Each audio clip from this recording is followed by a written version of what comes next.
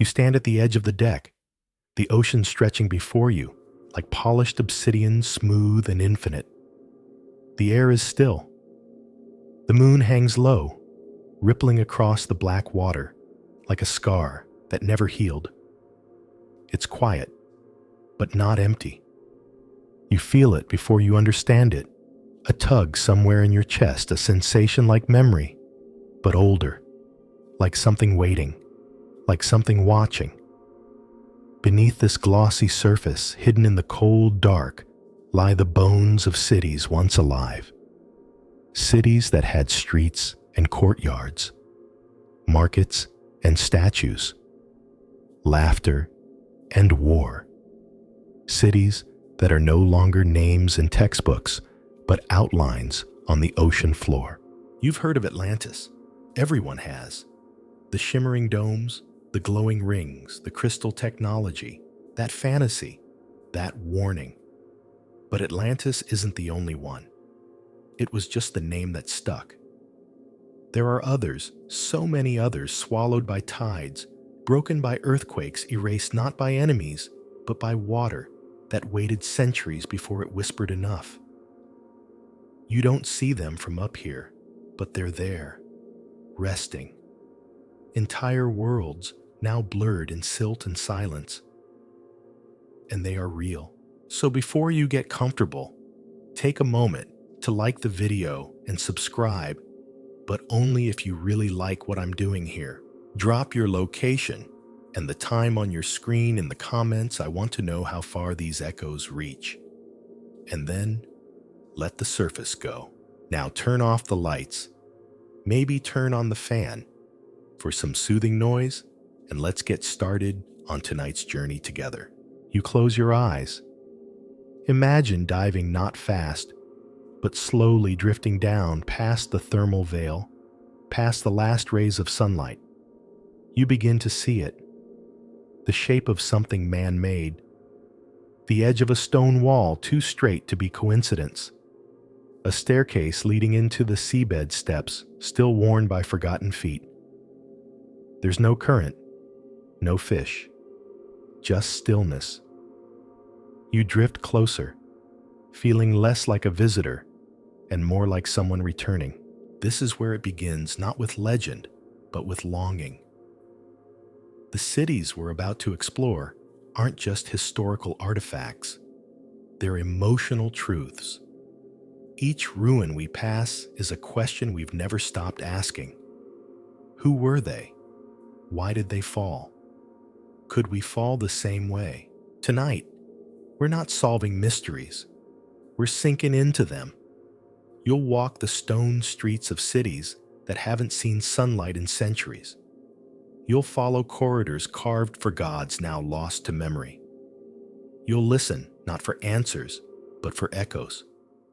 Because the sea does not explain. The sea remembers. And somewhere beneath its patient breath, the steps of Atlantis still wait. You drift a little deeper eyes, adjusting to the velvet darkness as the surface fades away. All around you, there's a kind of hush, not the absence of sound, but the fullness of silence.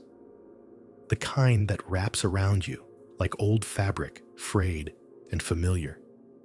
Something stirs beneath your feet, not motion, but memory. A presence shaped like absence. And at the center of it all, there it is, the echo that started it all. Atlantis. Not the Atlantis from Saturday morning cartoons or gaudy CGI renderings, but something older, sadder, sharper. You don't see it clearly because no one ever has. Atlantis doesn't show itself, it reflects you. It has no true face because it wears yours.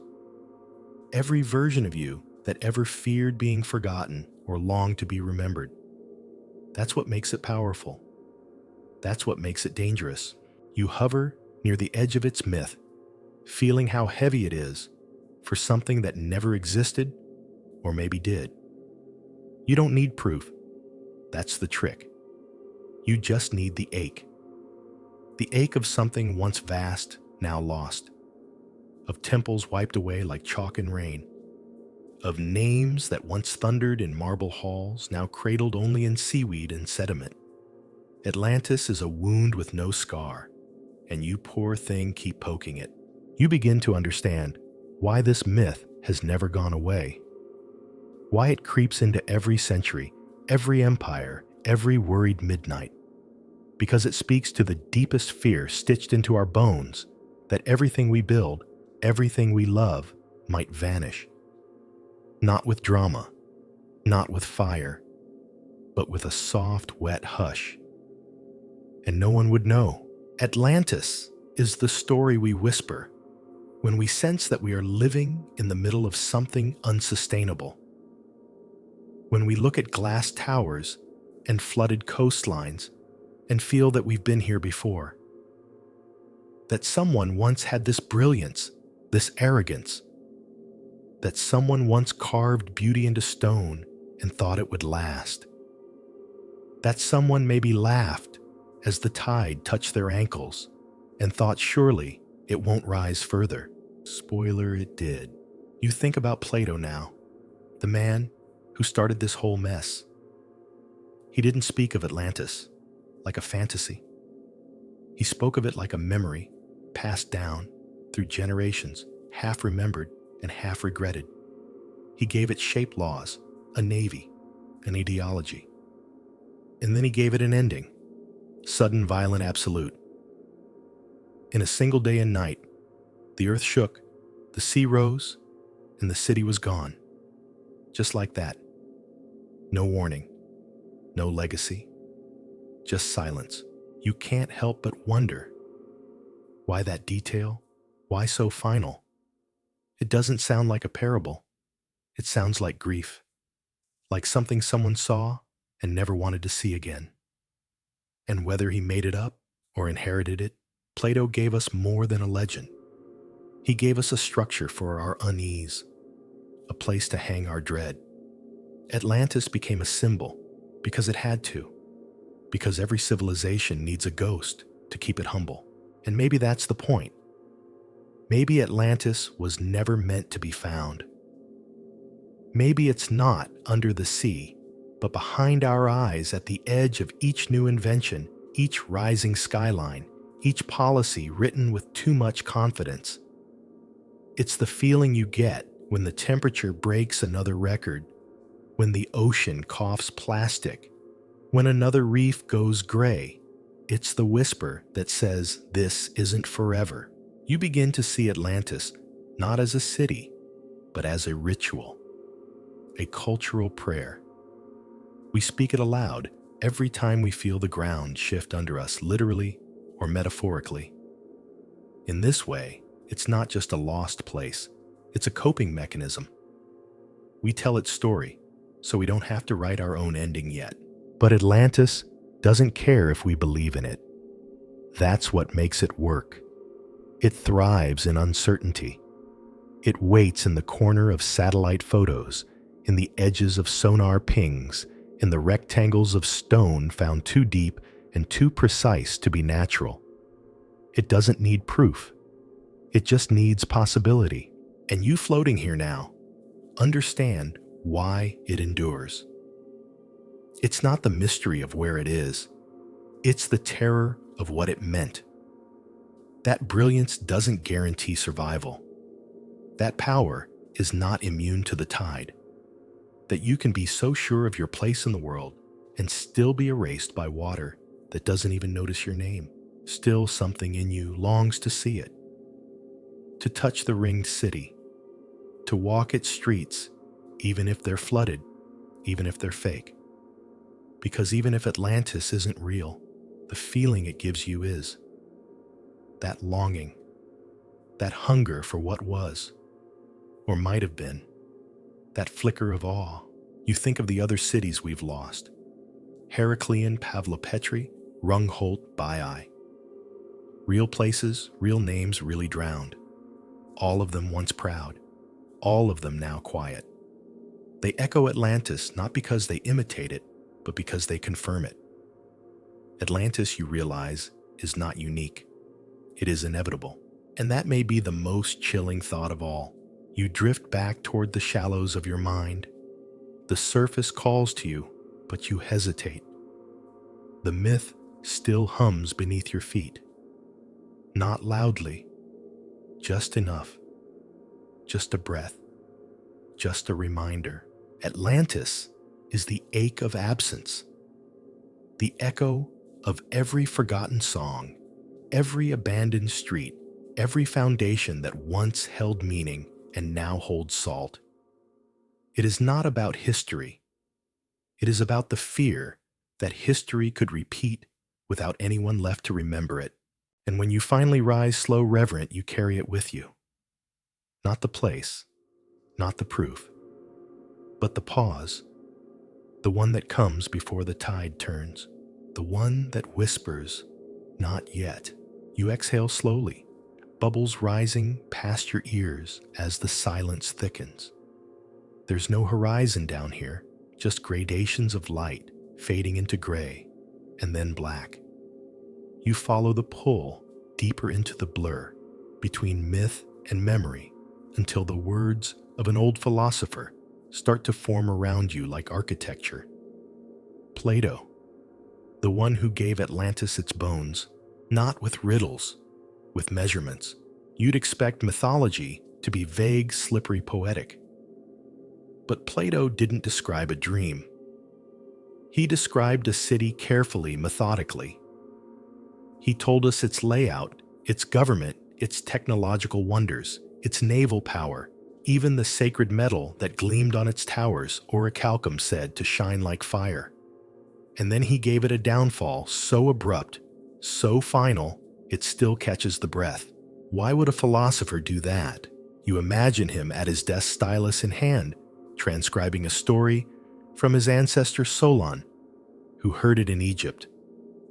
A tale not of fantasy, but of catastrophe. Plato wasn't asking you to believe him. He wasn't writing scripture. He was issuing a warning. Atlantis, he said, was once noble, guided by divine law. But over time, the people changed. Their virtues withered. Greed replaced balance. Hubris replaced reverence. And then, as if the gods had simply sighed and withdrawn their permission, the earth cracked. The sea rose. And it was gone. All of it. No one remembers the exact day when things start to fall apart. Not even Atlantis. Maybe there was a tremor. Maybe there wasn't. Maybe the temples stood until nightfall. Maybe they were already falling by midday. What matters is how quickly memory becomes myth once silence takes root. Historians still debate whether Plato believed what he wrote, whether he crafted a metaphor to mock Athens or genuinely transcribed an older, half-forgotten account of some prehistoric loss.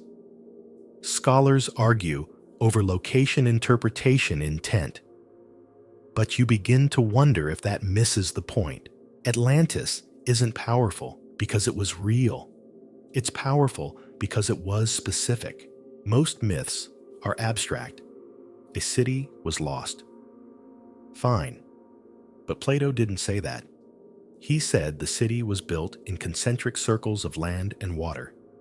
He said it sat just beyond the Pillars of Heracles, what we now call the Strait of Gibraltar. He said it had temples to Poseidon and laws that governed its kings. He said it was great and beautiful and doomed. He gave it coordinates. He gave it context. He made it feel like something you could find and lose. And that specificity gets under your skin. It dares you to dismiss it. It tempts you to go looking. Because even if you don't believe you want to, you want there to be a city beneath the waves, perfectly preserved, waiting for someone with the right map and the right heart to bring it back. But Atlantis doesn't want to be found. That's part of the design. Plato didn't leave a trail of breadcrumbs. He left a caution sign. He didn't say, "Come see the marvels." He said, "Don't make the same mistake." And still, we sail toward the storm, like moths in bronze armor. You wonder briefly if Atlantis ever existed in stone. But then you think about how many cities we've already lost. Cities we once laughed at as legend. Troy, Ubar, Nan Madol. Even Heracleion was once dismissed as myth until divers stumbled into its gates beneath the Mediterranean. So maybe Plato didn't invent Atlantis. Maybe he just renamed something already forgotten. Maybe the name changed, but the event was real. A massive flood. A volcanic island torn apart. A civilization gone in a night. The world's oldest scar. Some point to Thera, modern-day Santorini. A volcanic eruption so violent it collapsed the island's core into the sea, sending waves across the Aegean and burying entire towns in ash. The Minoans vanished soon after. Coincidence or memory? Others look west to the mid-Atlantic ridge near the Azores. Still others to the Caribbean, where sonar has found suspicious formations off the Cuban coast rectangles, grids stair-like terraces deep beneath the waves. Not caves, not coral, stone, cut and placed. Maybe, but the ocean is a master of disguise. It does not offer clarity. It offers suggestion. It lets ruins become reefs. It lets doubt grow barnacles. It softens lines and swallows context. By the time we discover something, it's already halfway to becoming another myth. And maybe that's what Plato wanted us to learn. That brilliance can be erased. That progress is not immunity. That greatness, no matter how dazzling, can still forget to check its own foundation. Atlantis didn't fall because it was primitive. It fell because it believed it couldn't. You glance around, half expecting to see the shining rings rising from the seafloor. But there's nothing. Just sand. Just the long breath of the tide. And still, something lingers. Not ruins. Not proof. A hum. The kind that settles in your ribs. The kind that says something was here. You begin to understand that Atlantis lives not at a GPS coordinate, but in a sensation. In the hush of deep water. In the tension between what was and what might have been. It's not a city, it's a threshold. A moment just before forgetting. A name carved into the inside of the mind. You'll never find it in full. That's not how memory works. That's not how grief works. What you'll find are pieces, patterns, parallels, the shadows of other cities that fell the same way. Because Atlantis isn't an origin, it's an omen. And whether it was Santorini, or somewhere still unmapped, or only a metaphor passed from firelight to ink, you know this much is true. Someone was there. They laughed. They built. They believed they would last. And then the earth opened, and the sea closed. And history, as it does, moved on. You let yourself float. Just for a moment. The water carries you gently like a hand remembering how to hold. Below you, nothing gleams. No crystals, no towers, no treasure. Just quiet. But in that quiet, something waits, not to be found, to be understood.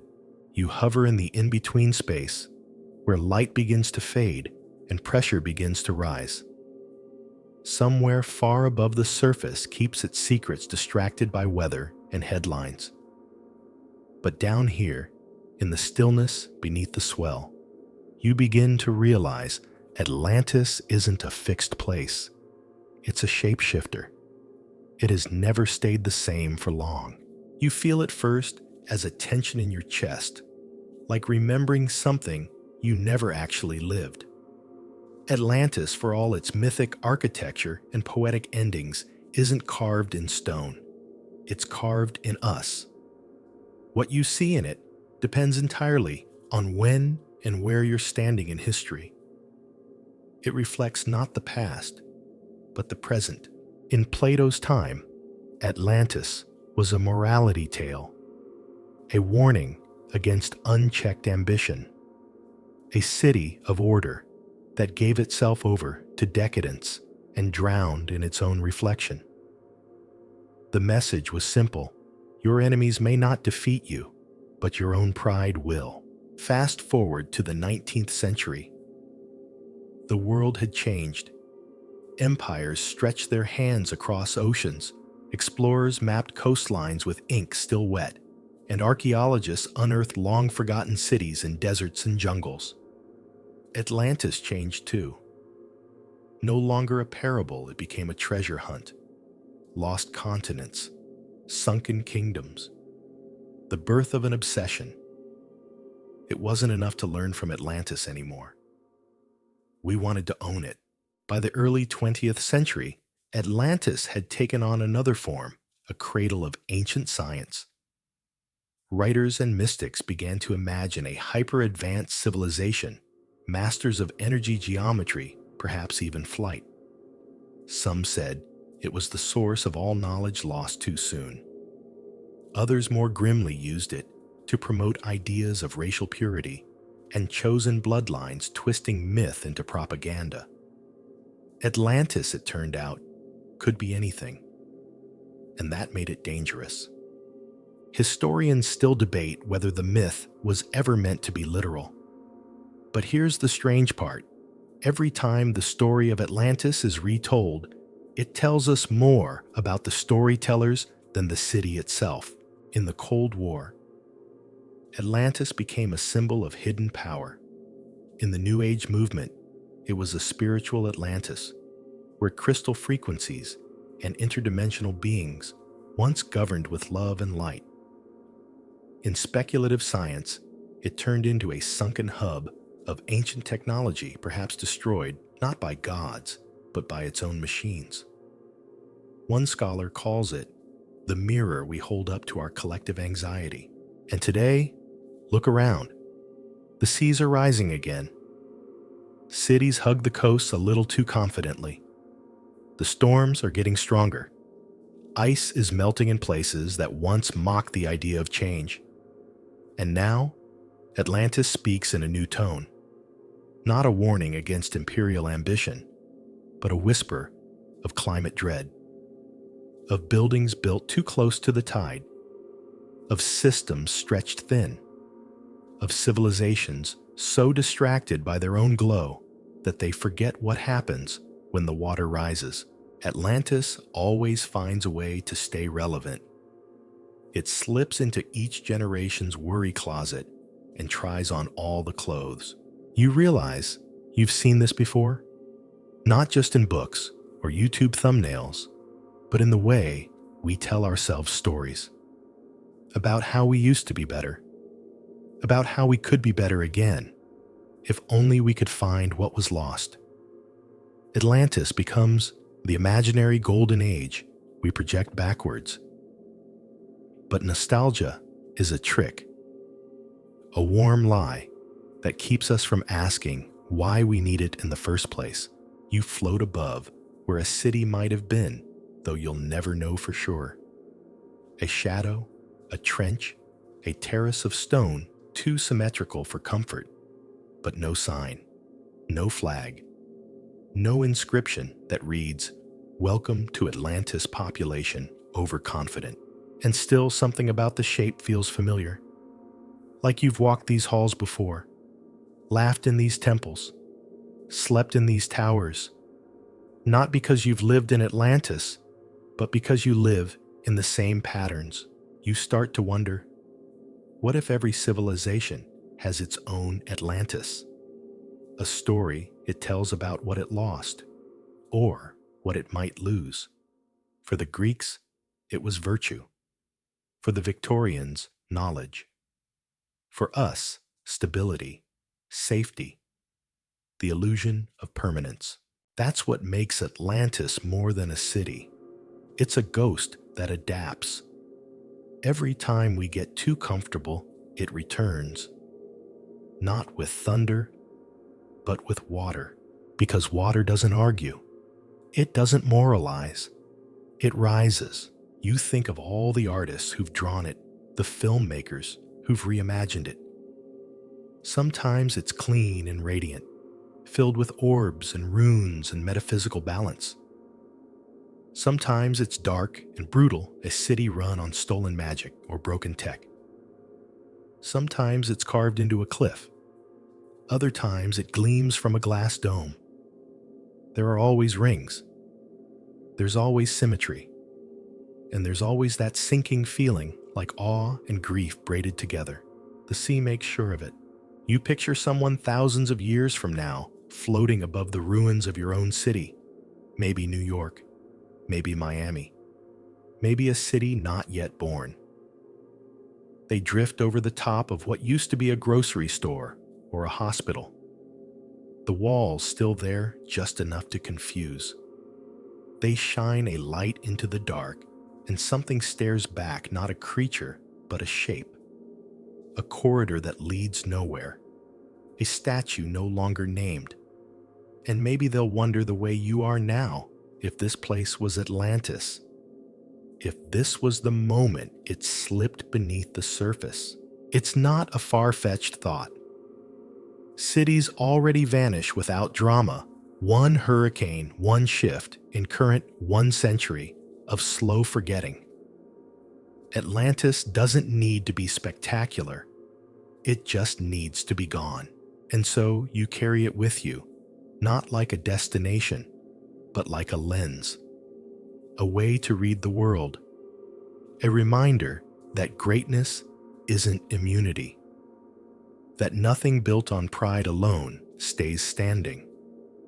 That time is patient, and the tide never forgets. Atlantis is not just about what lies beneath. It's about what rises when we look down there too long and see ourselves. You're deeper now. The weight of the water is no longer something you notice, it's just there, like the pressure of history itself. The light thins to the color of memory, and below you, an impossible landscape begins to reveal itself. Not the gleaming rings of Atlantis, but pieces. Just pieces. A scattered row of stones, aligned too cleanly for chance. A platform with edges sharp enough to challenge geology. A set of right angles buried in silt, forming something that might once have been a courtyard. Or maybe a trick of the current. There are no signs, no scripts, no plaques, just the quiet suspicion that this, whatever this is, was not formed by waves alone. You don't need a complete city to feel haunted. Sometimes, all it takes is a pattern, and that's what you start to see down here in the hush below the waves. Patterns, fragments, echoes. You realize something unnerving Atlantis may already have been found not once, but dozens of times. Just not in one place, not in the glowing perfection we expect, but in shards, scattered across the ocean floor, like the shattered mirror of a myth. Maybe that's why we haven't recognized it. We were looking for a cathedral, and we got ruins. But the sea doesn't return things whole. It gives them back in pieces like a story being told in the wrong order. You think of the cities where those pieces have surfaced. Off the coast of India, sonar scans revealed what looked like massive man-made structures beneath the Gulf of Combat. Steps, foundations, roads stretching longer than any reef. The currents there are cruel, visibility is near zero, but divers have recovered pottery tools, even a human tooth. The site was dismissed, then debated, then mostly ignored. Too strange, too old, too disruptive. But the rocks remain, and they are shaped like intent. Or the formations near Cuba, deep in the Caribbean, beyond the safe lanes of cruise ships and coral reefs. In the early 2000s, marine engineers conducting surveys for oil pipelines came across something unexpected: rectangular stone blocks, aligned in rows, some connected at perfect 90-degree joints. A staircase descending into darkness, too deep to be a colonial ruin, too orderly to be natural, but no artifacts, no bones, no clear sign of habitation. And so, the mystery sank back beneath bureaucracy. And then there's the Yonaguni Monument near Japan, a vast stone terrace rising from the seabed, cut with channels and steps and almost ceremonial angles. Geologists say it's just tectonic movement and water erosion. Others insist, no, this was built. There are walls, a gate, carvings, even if you know where to look. But no one can agree. So it waits. Always the same story. Discovery, excitement, disagreement, silence. Because no one wants to be the person who mistakes a rock for a ruin. But deep down, you wonder, maybe the mistake isn't in seeing too much. Maybe it's in refusing to see enough. Historians still debate whether these scattered formations connect to anything more than curiosity. Whether they're real cities, or just the sea's habit of drawing cities in sand. But the frequency of these finds is unsettling. Over and over, we uncover just enough to raise the question, but never enough to close the case. And maybe that's the point. Maybe Atlantis isn't one city. Maybe it never was. Maybe it's a composite memory stitched from every culture that watched the ocean rise and take something with it. A village swallowed by a tsunami, a temple lost to liquefaction, a harbor cracked open by tectonic shrug. None of them Atlantis alone, but all of them together, the shape begins to form. And suddenly, you see the pattern differently. You remember how the brain tries to impose order on chaos, how we instinctively find faces in clouds, voices in wind, meaning in coincidence. Maybe these pieces aren't remnants of a lost empire, but of a shared trauma. A planetary memory passed down from flood story to flood story. A whispering network of ruins saying you weren't the first. You won't be the last. That realization chills more than the water ever could, because if Atlantis is all the cities we've lost, then it's also all the cities we're going to lose. It's the shorelines being redrawn each year, the neighborhoods that flood a little deeper every season. The ancient stone temples of Southeast Asia, now waist-deep in rising tides. The islands of the Pacific, where ancestors were buried under trees that now stand in salt water. These aren't myths. These are coordinates. Modern Atlanteans don't live in books. They live in real houses, evacuating real storms, watching the edge of the sea creep closer to the kitchen tile. Atlantis has stopped being a question and become a reflection. And you're floating above the proof. You realize slowly that every ringed stone, every geometric shelf, every too-perfect pattern carved into the ocean floor may not be an invitation to dig deeper, but to look around. Maybe we're not meant to find Atlantis the way we imagine it. Maybe we're meant to understand why we invented it in the first place, because what we call myth often begins as memory. And what we dismiss as coincidence may actually be pattern, just one we don't want to recognize.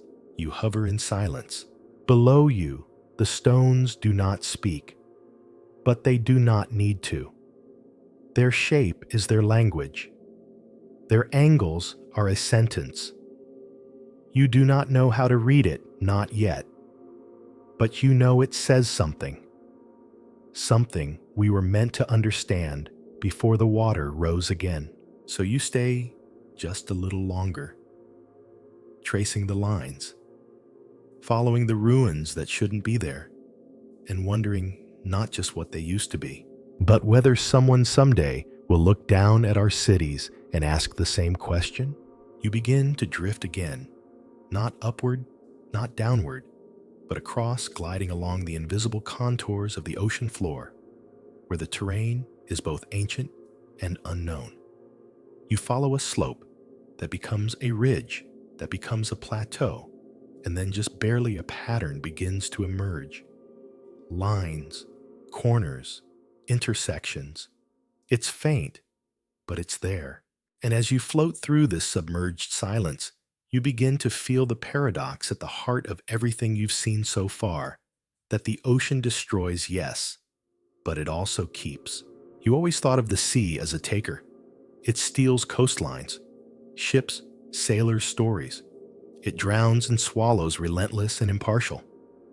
But here below the surface, you realize that the sea is also a vault, a crypt, a library, not of words but of shapes, not of voices but of outlines.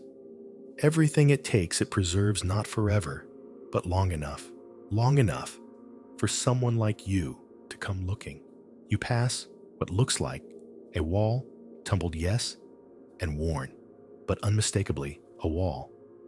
A structure once vertical, once deliberate. It might have been part of a temple, or a home, or a market, or maybe all of those. But it still stands, defiantly intact in places, precisely because of the water that claimed it. That's the part you weren't expecting. The ocean is not fire. It does not burn. It does not scatter.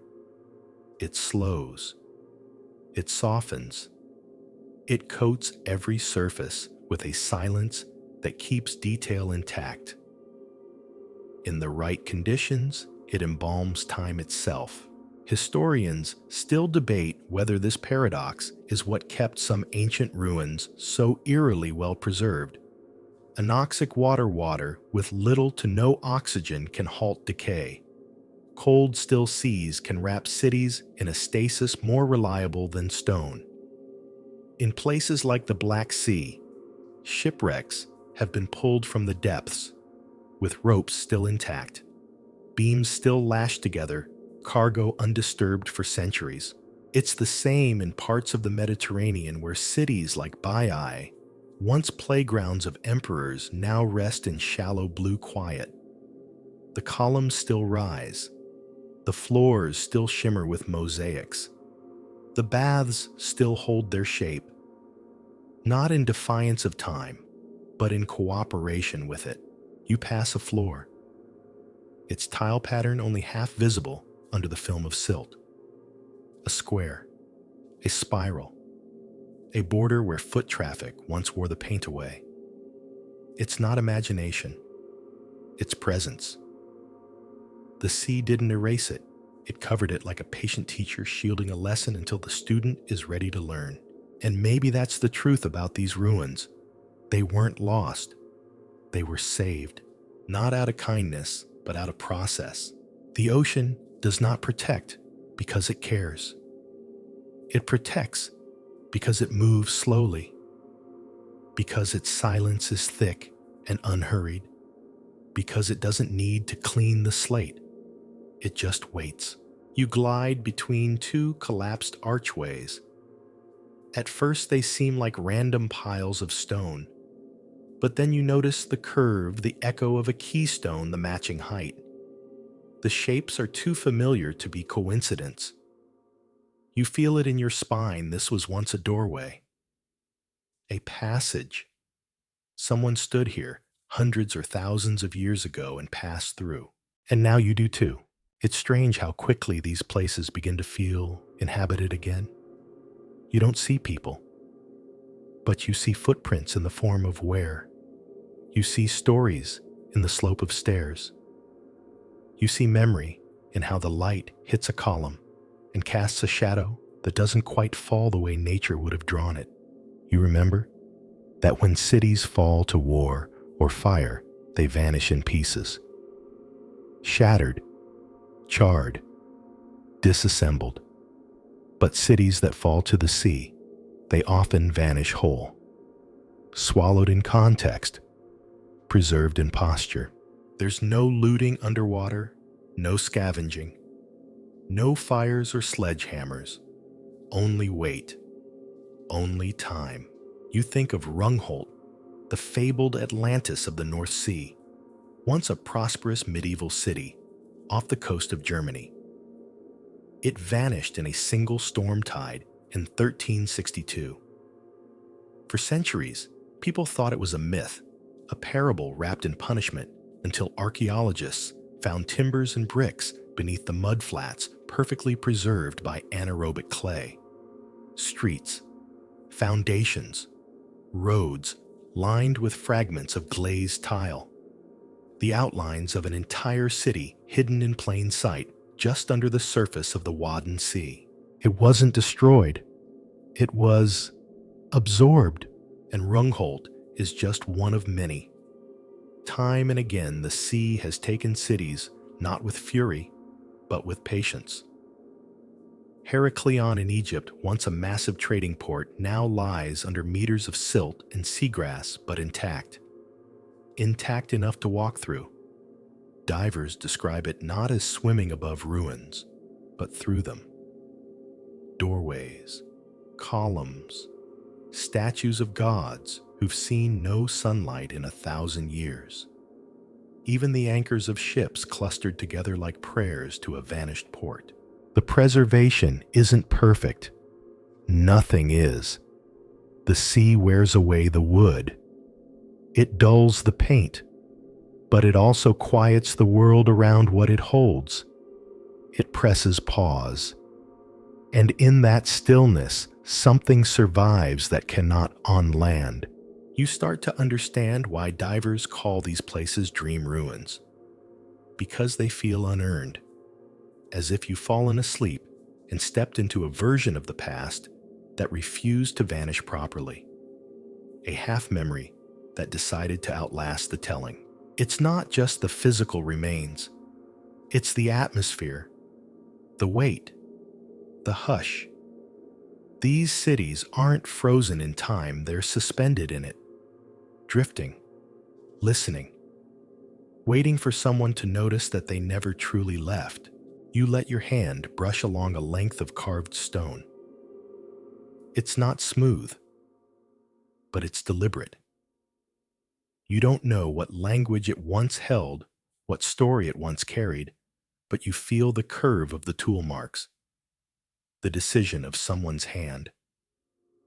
And in that moment, the stone becomes a bridge, because ruins don't just connect us to history, they connect us to each other. You realize the sea didn't bury these cities to hide them. It buried them to keep them, not forever, just long enough for us to care again. You drift over a ledge and into a darker patch of water where even the light feels uncertain, flickering like a flame about to go out.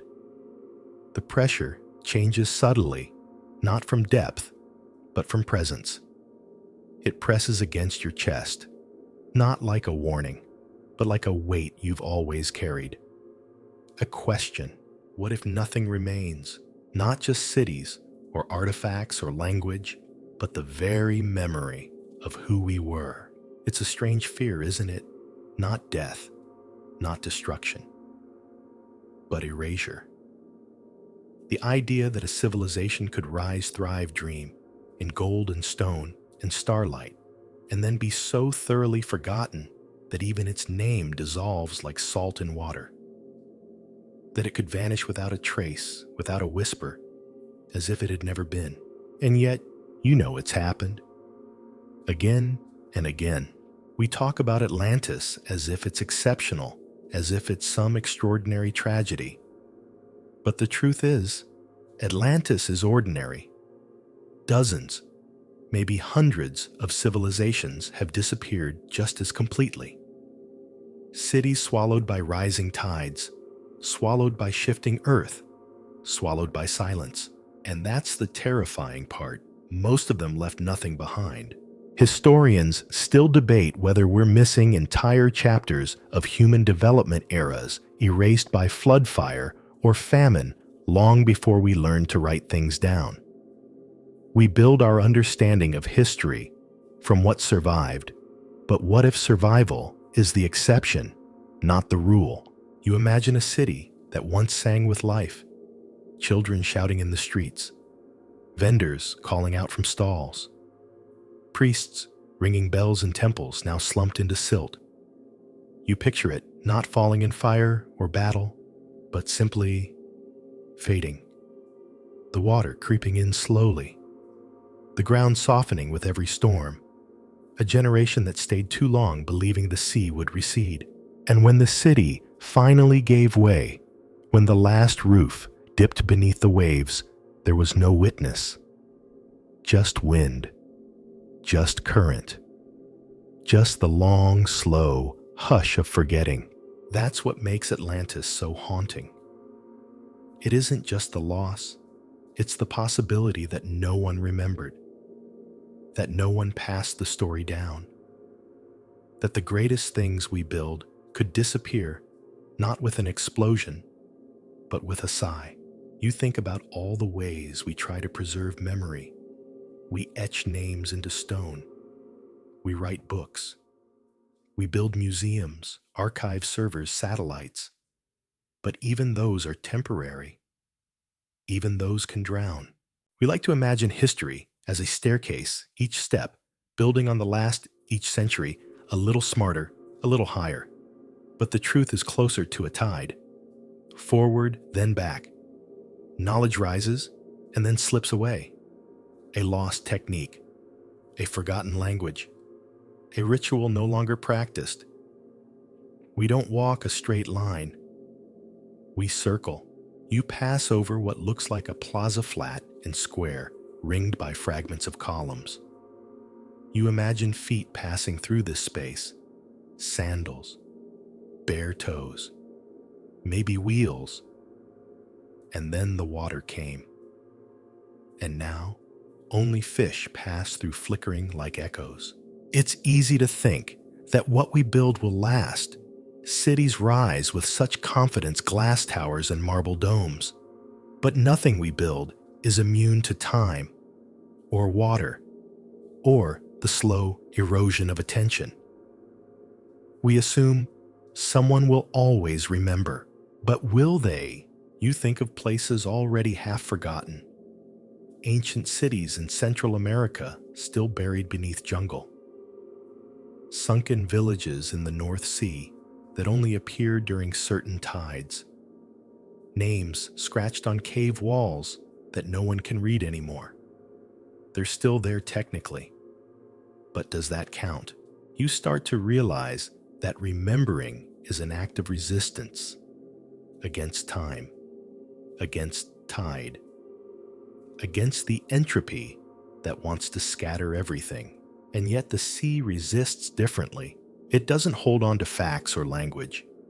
It holds on to shape, to silence, to weight.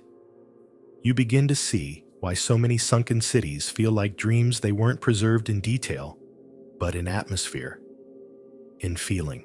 The sea doesn't keep stories. It keeps shadows. And maybe that's enough. Maybe what matters is not that every fact survives, but that someone somewhere feels the echo and goes looking. That someone dives down years or centuries later and feels the outline of a lost world pressed into the ocean floor. You pass what might have been a statue once. It's broken now, cracked at the base. Coral wraps its legs like vines, and its face is half missing. But the hand still reaches upward, open, as if asking, as if offering, as if still waiting for something that never came. You hover beside it and feel the familiar ache. This is what Atlantis gives us, not certainty, not maps, not monuments, but a wound we all carry. The fear that what we do won't matter, that it'll wash away, that we'll be forgotten. And yet, here you are. You remembered. You came. Even if you can't name every stone, even if you don't know what temple this was or who the statue once honored, you're here. You're listening. That counts. That matters. You think maybe Atlantis is not just about being lost.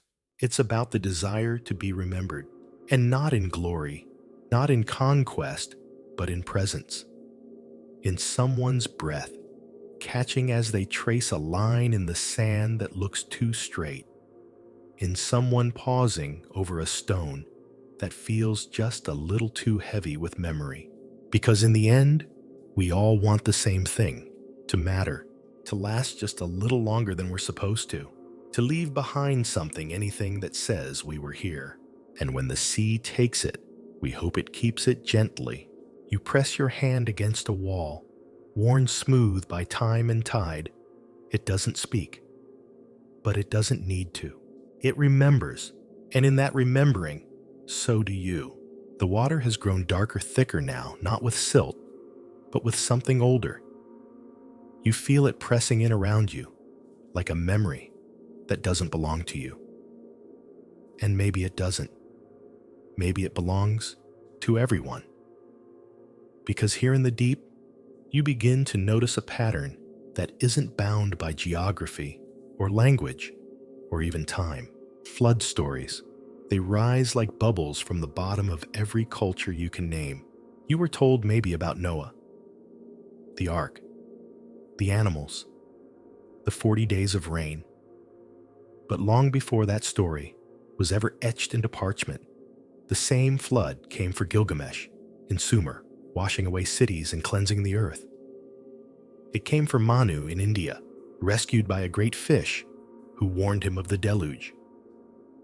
It came for the people of the Andes of Polynesia, of Native American tribes of the Yoruba, each one telling a tale where the sea rises, the world ends, and only a few survive to remember.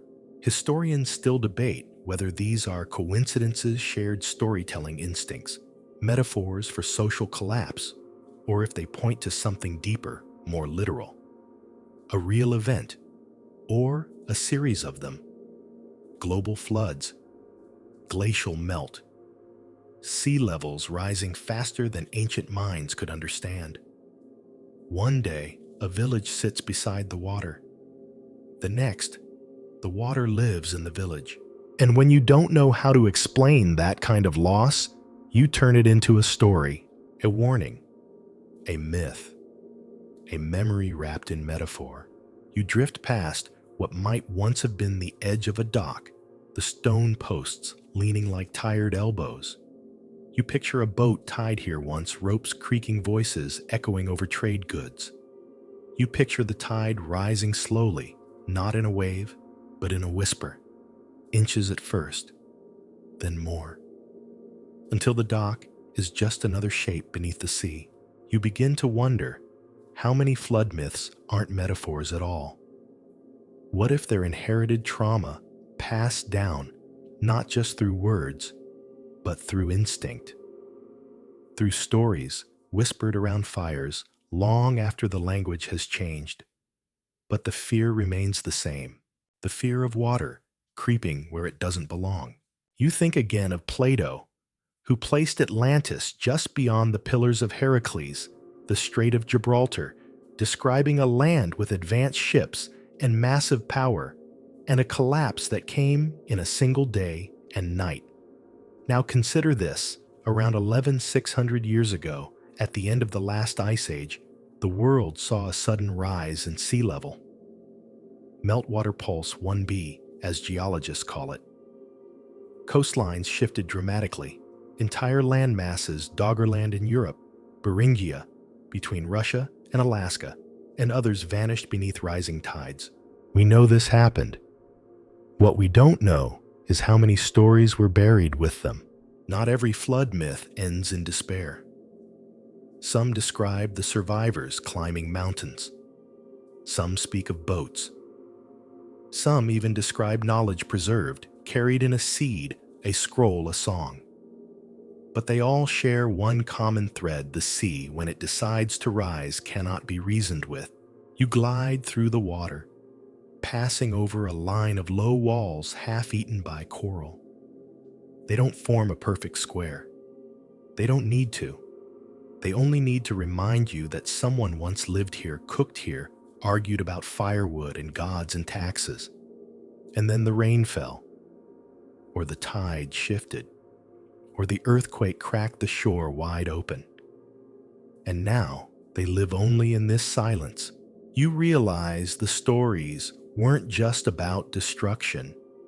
They were about remembering, about creating a memory large enough to survive the next flood, about making sure the next civilization knew this has happened before. But we don't always listen. You think of coastal cities today: New York, Jakarta, Lagos, Shanghai. You think of Miami, where the water already seeps up through storm drains.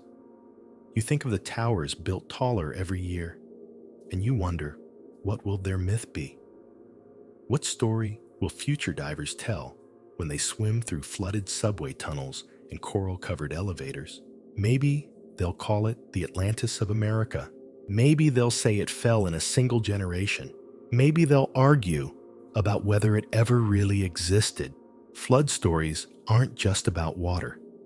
They're about pride, about forgetting the past in favor of the present, about ignoring the tide until it licks your ankles, then your knees, then your roof. They're about the moment when the world gets quiet and you realize the gods were never angry. They were just patient. You pass a stone carving barely visible beneath the green, a spiral, a symbol.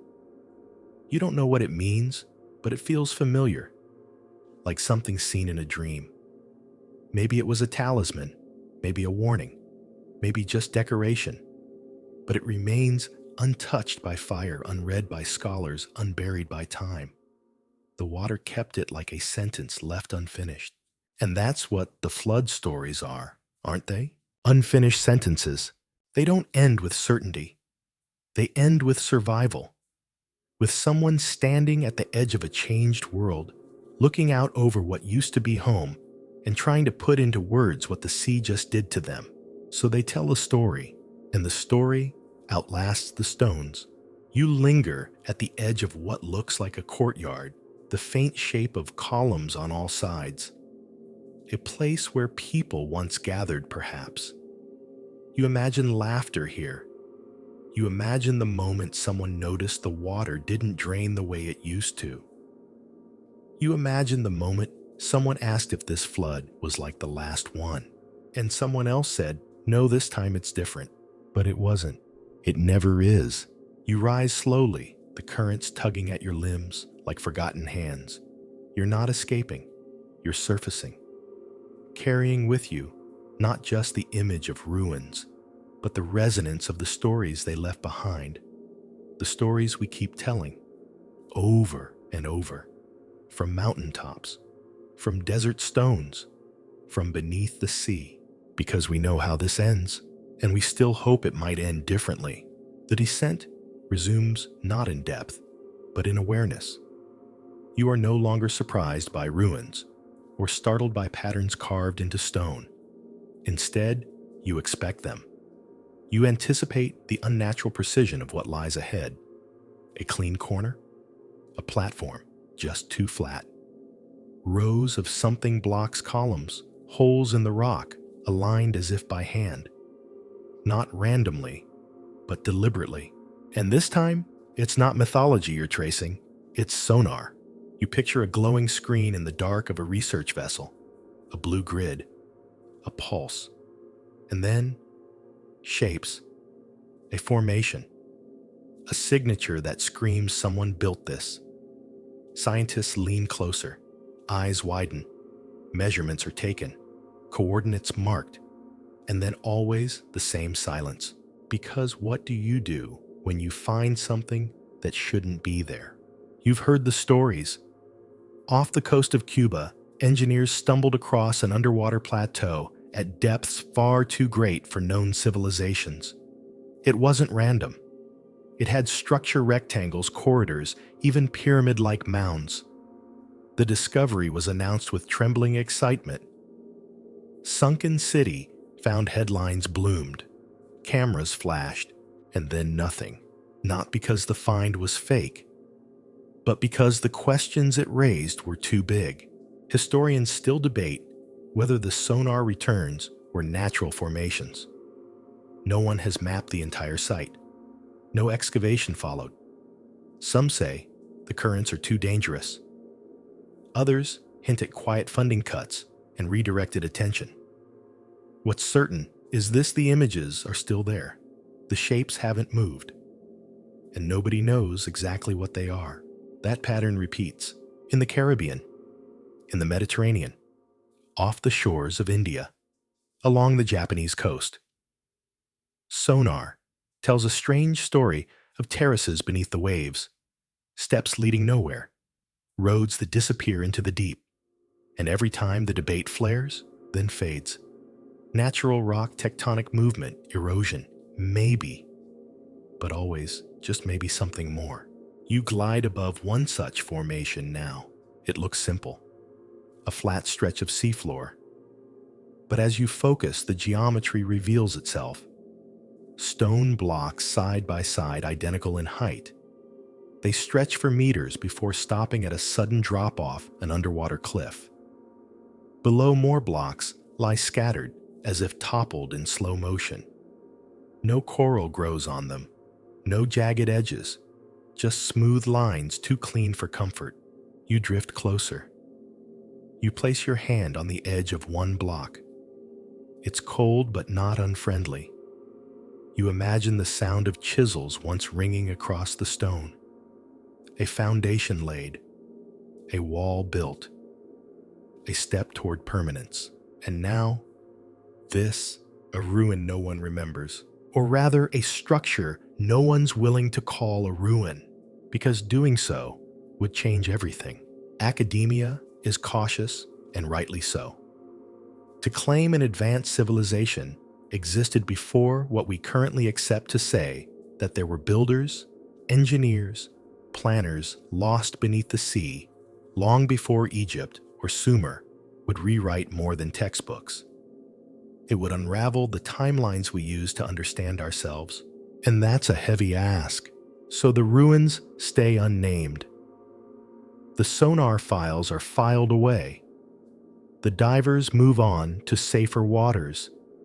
And the sea keeps its secrets a little longer. But still, they're there. Historians still debate whether these anomalies are misreadings, misinterpretations, or the early glimmers of a lost chapter in human history. But the formations don't debate. They persist. They remain still beneath the currents, quiet, waiting. You begin to feel how lonely they must be. You realize you're not just looking at forgotten architecture. You're looking at possibility. The kind that makes people nervous. The kind that asks inconvenient questions. The kind that opens doors we don't know how to close. Because what if someone did build these? What if there were cities before what we think of as the first cities? What if entire civilizations rose and fell so completely that only their stonework remains? And what if the ocean, in its strange impartiality, preserved just enough to haunt us? Not answers, just suggestions. Not monuments, just alignments. And what if that's enough? Because that's the difference between land and sea. On land, ruins are excavated, cataloged, framed in caution tape and interpretive signage. But in the sea, they are experienced, felt, interpreted through pressure and silence and breath. The ocean doesn't let you label easily. It lets you wonder. You pass what looks like a staircase, now 5 wide steps carved into a slope of stone. They are too evenly spaced, too level. You count them as you drift over 1, 2, 3, 4, 5, and then nothing. Just seafloor, as if the builder stopped, or the rest was buried, or the rest was taken by time. You reach down, brushing your hand over the edge. The step is smooth, not jagged, not broken, just finished, as if waiting. And for a moment, you feel the pull to believe, to step forward and find the rest of the city beyond the veil, to swim into a chamber still lit by forgotten fire, to open a door carved with symbols the ocean could not wash away. But there is no chamber, no fire, no door, only water, only waiting. And still that's enough. You rise slightly, scanning the horizon of the seafloor. The ruins, if that's what they are, grow smaller.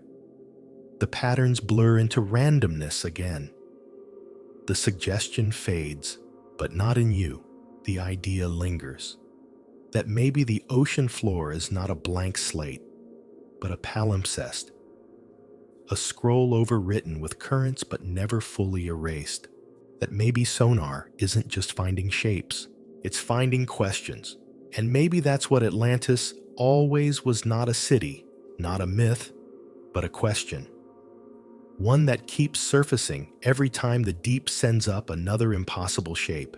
You drift back from the edge, mind spinning with sonar pings and unanswered doubts. The surface is far above. The ruins, if that's what they are, sink behind you. But the wondering, that stays. You've surfaced again, not to breathe, but to see the world as it appears from above.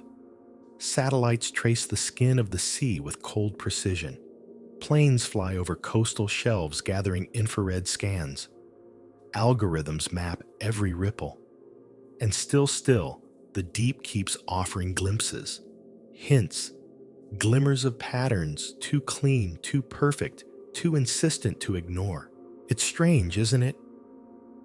That the most powerful tools we've ever built, the ones designed to explain everything, keep finding outlines that only raise more questions. Grids, arcs, dots too evenly spaced, roads where no roads should be. On a satellite scan of the western coast of India, just beyond the Narmada River Delta, a cluster of square formations appears beneath the silt-heavy shallows. They aren't reefs. They aren't ships. They aren't chance. Archaeologists called it Dwarka, possibly the fabled sunken city mentioned in Hindu epics. Stone anchors were pulled up from the seabed, some still shaped for use, worn smooth, but intact. And then there's the coast of Yucatan, where sonar revealed what looked like a harbor rows of stones descending like docks, long and aligned. Local fishermen spoke of paths in the sea places where the water moved differently. The scans backed it up. Lines of stone in places where no ruins were known to exist. Each find gets a name, an article, a few days of breathless fascination, and then just as quickly it disappears, because you can't build certainty on fragments.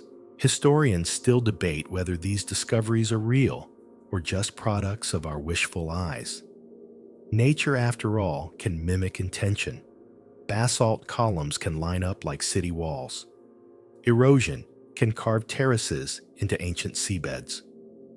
But there's a difference between mimicry and mimicry that repeats, between one oddity and dozens, between a chance formation and a pattern that won't go away. And as you begin to pay attention, the pattern becomes impossible to ignore. Every ocean has its ghost grid, not all beneath miles of water, some just offshore, some right below beach resorts, some only visible at certain tides or after certain storms. They're not secrets. They're just inconvenient. You drift now, in shallows so clear you can see the stone beneath the sand. A path, maybe a wall. It curves, just slightly, just enough to feel like planning, like it was built to direct foot traffic, or the flow of water, or both. You reach down. The stones are too evenly spaced, too smooth on one side, too jagged on the other, placed, not rolled. And then, just ahead, it vanishes, covered again by drifting sand pulled into the moving terrain of the seafloor. That's the trick, isn't it? These patterns only show themselves when the ocean allows it. A storm hits and something reappears. A shifting current uncovers a wall. A fisherman drops anchor and drags up history. The sea reveals only in pieces, only for moments, and then it retreats. You realize this isn't a mystery we'll solve with a single discovery. It's a language we haven't learned to read, one told in symbols and fragments, one without grammar, one that asks how many pieces do you need before you start calling it a picture, because the pieces are everywhere, from the coast of Micronesia to the bottom of the Black Sea, from the Bahama banks to the Mediterranean trenches. There are structures that do not fit, not into textbooks, not into timelines, not into comfort. You begin to suspect that history isn't written in ink. It's written in erosion, in the outlines of things we're not sure we're supposed to see. You drift above a ridge where the seafloor seems to rise unnaturally. A step, a ledge, a layer of stone protruding like a shelf from a table. It stretches into the murk, and just before it disappears, you catch sight of more blocks. Stacked, aligned, a pattern again. Always the pattern. No plaque announces it. No buoy marks the spot. But your gut knows what your brain hesitates to claim. Someone made this, and then someone forgot, or was forgotten. And now, all that remains is this shape, this hint, this heartbeat beneath the sand. You float still and listen, not for sound, but for presence. Because there's something about ruins that refuse to explain themselves, something that speaks in the hush between sonar pulses, in the rhythm of repetition, in the patience of the sea. Maybe this is what we've been missing. Maybe we've been waiting for Atlantis to appear fully formed. A city of crystal and gold, walls unbroken, statues whole. But the ocean doesn't return things like that. It doesn't resurrect. It reflects. Atlantis isn't a city. It's a mirror. And the patterns we find beneath the sea, they're reflections of our questions, of our hunger to know what came before, of our fear that we're not the first and that we won't be the last. You begin to let go of needing the mystery solved. You start to feel the mystery itself is the point. Atlantis endures not because we'll find it, but because we need it. We need to believe that somewhere out there beneath the flicker of sonar and the breathless descent of divers, there's proof that greatness has been lost before, and that what we have now is not guaranteed. You rise slowly. The pattern beneath you fades again.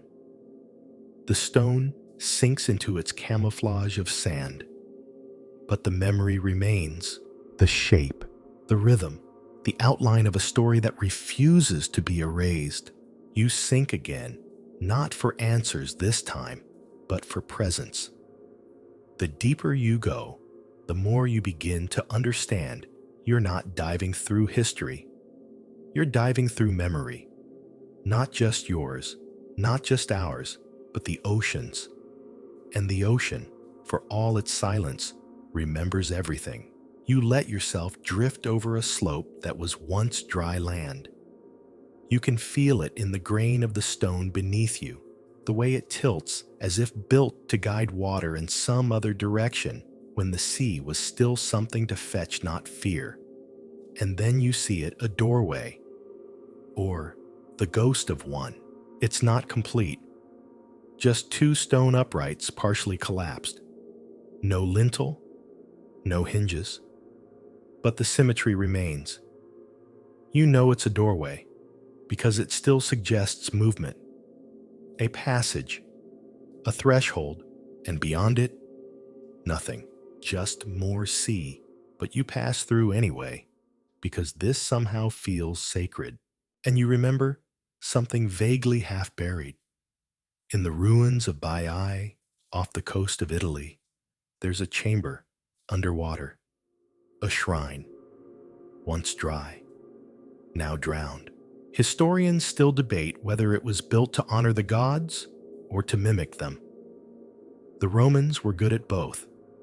Baiae wasn't a city in the traditional sense, it was a retreat, a haven for the powerful. Emperors came here not to rule, but to indulge. Nero walked these halls. So did Caligula. Pleasure was the language. And the sea slowly began to answer back. Volcanic activity weakened the land. The ground sank. Not all at once, but over years, then centuries. And the sea moved in quietly. It didn't crash the gates, it absorbed them. Today divers swim through mosaic floors still intact. Columns still upright. Statues still gazing. It's all there, just quiet. And when you pass through the doorway in front of you now, you feel that same hush. Like the sea didn't conquer this place. It adopted it. There's a difference. You come upon a curved room barely visible through the water. The floor dips slightly carved in a bowl shape. Amphitheater maybe, or bath. The walls have niches where something once sat, statues perhaps, or urns, or lamps. There's no writing, no inscription, just the soft, pressed-in sense that this space was meant for something important. You imagine what it might have sounded like once. Voices, echoing laughter, rising, water, trickling from marble fountains. And then slowly, the sound changes. Not abruptly, just a shift, a seep, a hush, water where air used to be, silence where sound once rang. You think about how a shrine becomes a ruin, not because belief ends, but because water arrives. And what is water, really? But a different kind of worship.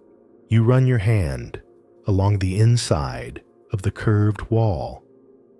It's smoother than it should be. Not broken, just softened. The way something feels after being touched too often, or never touched at all. You begin to understand that places like this don't vanish. They shift. They don't disappear. They deepen. The shrine beneath Baiae still holds heat from the volcanic vents. It bubbles faintly as if still alive. The air that once shimmered above it now simmers beneath. The gods may be gone, but the steam still rises. Here too you see bubbles, just a few. Just enough to remind you that nothing stays still down here. Even the quiet moves. You pass another arch. This one narrower, more modest. You duck slightly out of habit as if entering someone's home. A small room, possibly a chamber for rest, or prayer, or neither. You don't know, but you feel watched. Not in fear, but in familiarity. As if the room remembers you, even if you don't remember it. And maybe that's how these places survive. Not in books, in feeling. You rise slightly, catching a glint of something pale on the floor. A shell, resting in what looks like a carved groove. A drain, maybe, or an offering bowl. It's hard to tell. Time makes everything soft around the edges, but not meaningless. That's the mistake people make with ruins. They assume if the meaning isn't obvious, it's gone. But sometimes meaning gets deeper when it's harder to explain. You swim slowly through the rest of the space, careful not to disturb the silt. It's thick here, waiting to rise. One wrong movement, and the entire room would disappear in clouds. That's another thing the sea teaches you: patience. You don't uncover a shrine by force. You coax it, and the sea in return reveals only what you're ready to see. You emerge again into open water. The structure fades behind you, blending back into shadow.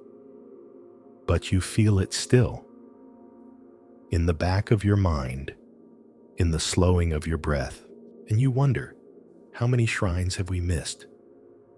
Not because they're gone, but because we weren't quiet enough to hear them. You float for a moment, let the current pass through your fingers, and then you ask the only question that matters: who were they praying to? It doesn't matter which god, doesn't matter what shape, what name. What matters is the gesture, the act of offering, the need to give thanks, or ask for help, or simply to be heard. And when that place was taken by the sea, did the prayer end? Or did it just deepen? You realize something floating here, among the ruins of what might have been sacred. The sea isn't just a grave. It's a sanctuary, not for the dead, for the forgotten, and not forgotten in shame, forgotten in silence, forgotten because time is louder than memory. But here in this place, something remains. A room, a curve, a threshold, and the faintest shape of someone who once walked here barefoot and believed it mattered. And you believe it too. You press your palm to the water's pressure, and in that gesture, return the offering. You don't need an answer, just the echo. You drift onward, and the water begins to clear. Not physically, there's still silt and shadow, but mentally. You've passed the stage of needing proof. Now you're just listening, watching, letting the shapes speak for themselves, even if their language is older than stone.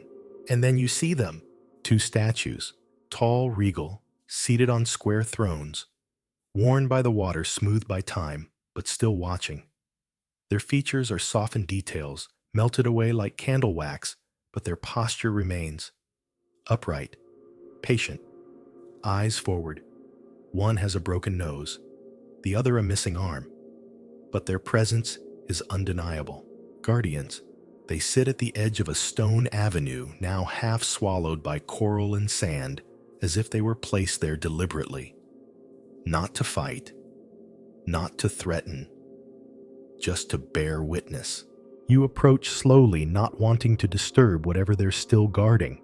And suddenly, you think of Shicheng, the lion city, not lost to time or disaster, but to design. Submerged in the 1950s beneath a man-made lake in China's Zhejiang province, Shicheng was intentionally flooded to create a hydroelectric dam.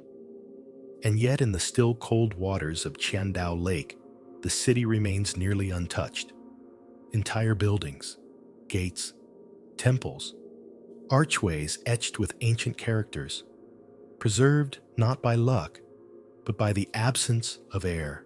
Unlike Atlantis, unlike Baiai Shicheng, didn't sink in panic. It descended with dignity. Its residents were relocated, its structures left behind. And beneath the water, it fell asleep instead of falling apart. You begin to wonder if what you're seeing now is something like that, not destroyed, just quiet. The two statues flanking the avenue remind you of the lions that still guard Shicheng's gates. Carved from stone, they sit frozen in expression, paws resting on invisible orbs' backs, straight jaws slightly open, not roaring, not snarling, just there, like memory, like intention. Historians still debate the full purpose of lion guardians in ancient architecture. Were they symbols of protection, of status, of mythology? In Chinese tradition, they were called shish, stone lions, yin and yang, male and female, one with a ball, the other with a cub. They stood outside temples and tombs, palaces and bridges, not as decoration, but as presence.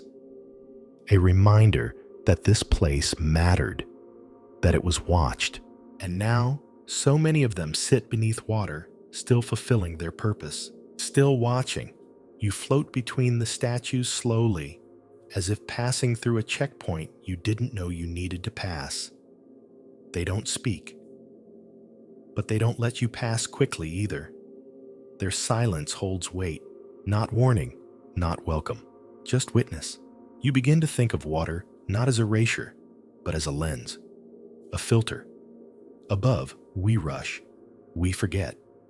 But beneath, time moves differently, more slowly, more deliberately. These lions haven't seen daylight in decades, maybe centuries, but they haven't collapsed, they haven't crumbled, they've simply waited. And that's a different kind of power, not domination, endurance. You glance back at the statues, half expecting them to move, not because you believe in magic, but because they already have a life of their own. The sea gives them breath. The currents curl through their jaws like whispers. Fish dart between their paws like offerings. You press forward along the avenue stone beneath you, now almost fully visible. It's smoother than expected, possibly once paved, or polished by centuries of footsteps. There are divots in places, worn spots where carts might have passed, or where people turned in the same direction over and over until the stone remembered. You don't see houses here, or if they're there, they're collapsed. But you see outlines, foundations, a footprint of something bigger. And the lions, they remain at the entrance, marking a boundary between the known and the forgotten. What strikes you most is how intentional it all feels. This isn't rubble. It isn't debris. It's structure. And structure, especially beneath water, means someone cared. Someone planned this, built it, guarded it, left it. And whether it was overtaken by flood or lowered beneath a reservoir, the result is the same silence, but not absence. That's the difference. You pause now, just beyond the statues, letting the water settle. Your breath slows. Your body stills. You look back the way you came, and the guardians still face forward, not looking at you, but through you. And you feel it, what they're really guarding. Not gold, not secrets, not forgotten technology or buried treasure. They're guarding the idea that this place mattered, and that maybe it still does, because monuments are only half for the living. They're also for those who come after, a message carved in stone, in shape and posture. We were here. We had meaning. And you saw them. You passed between them. You carried the memory forward. You wonder how many other guardians wait beneath the sea. Silent sentinels at the gates of cities, no longer visible on any map. Not waiting to be rescued, just waiting to be remembered. And slowly, you start to believe that they will be. Because here you are, not running, not conquering, just witnessing. And the lions approve.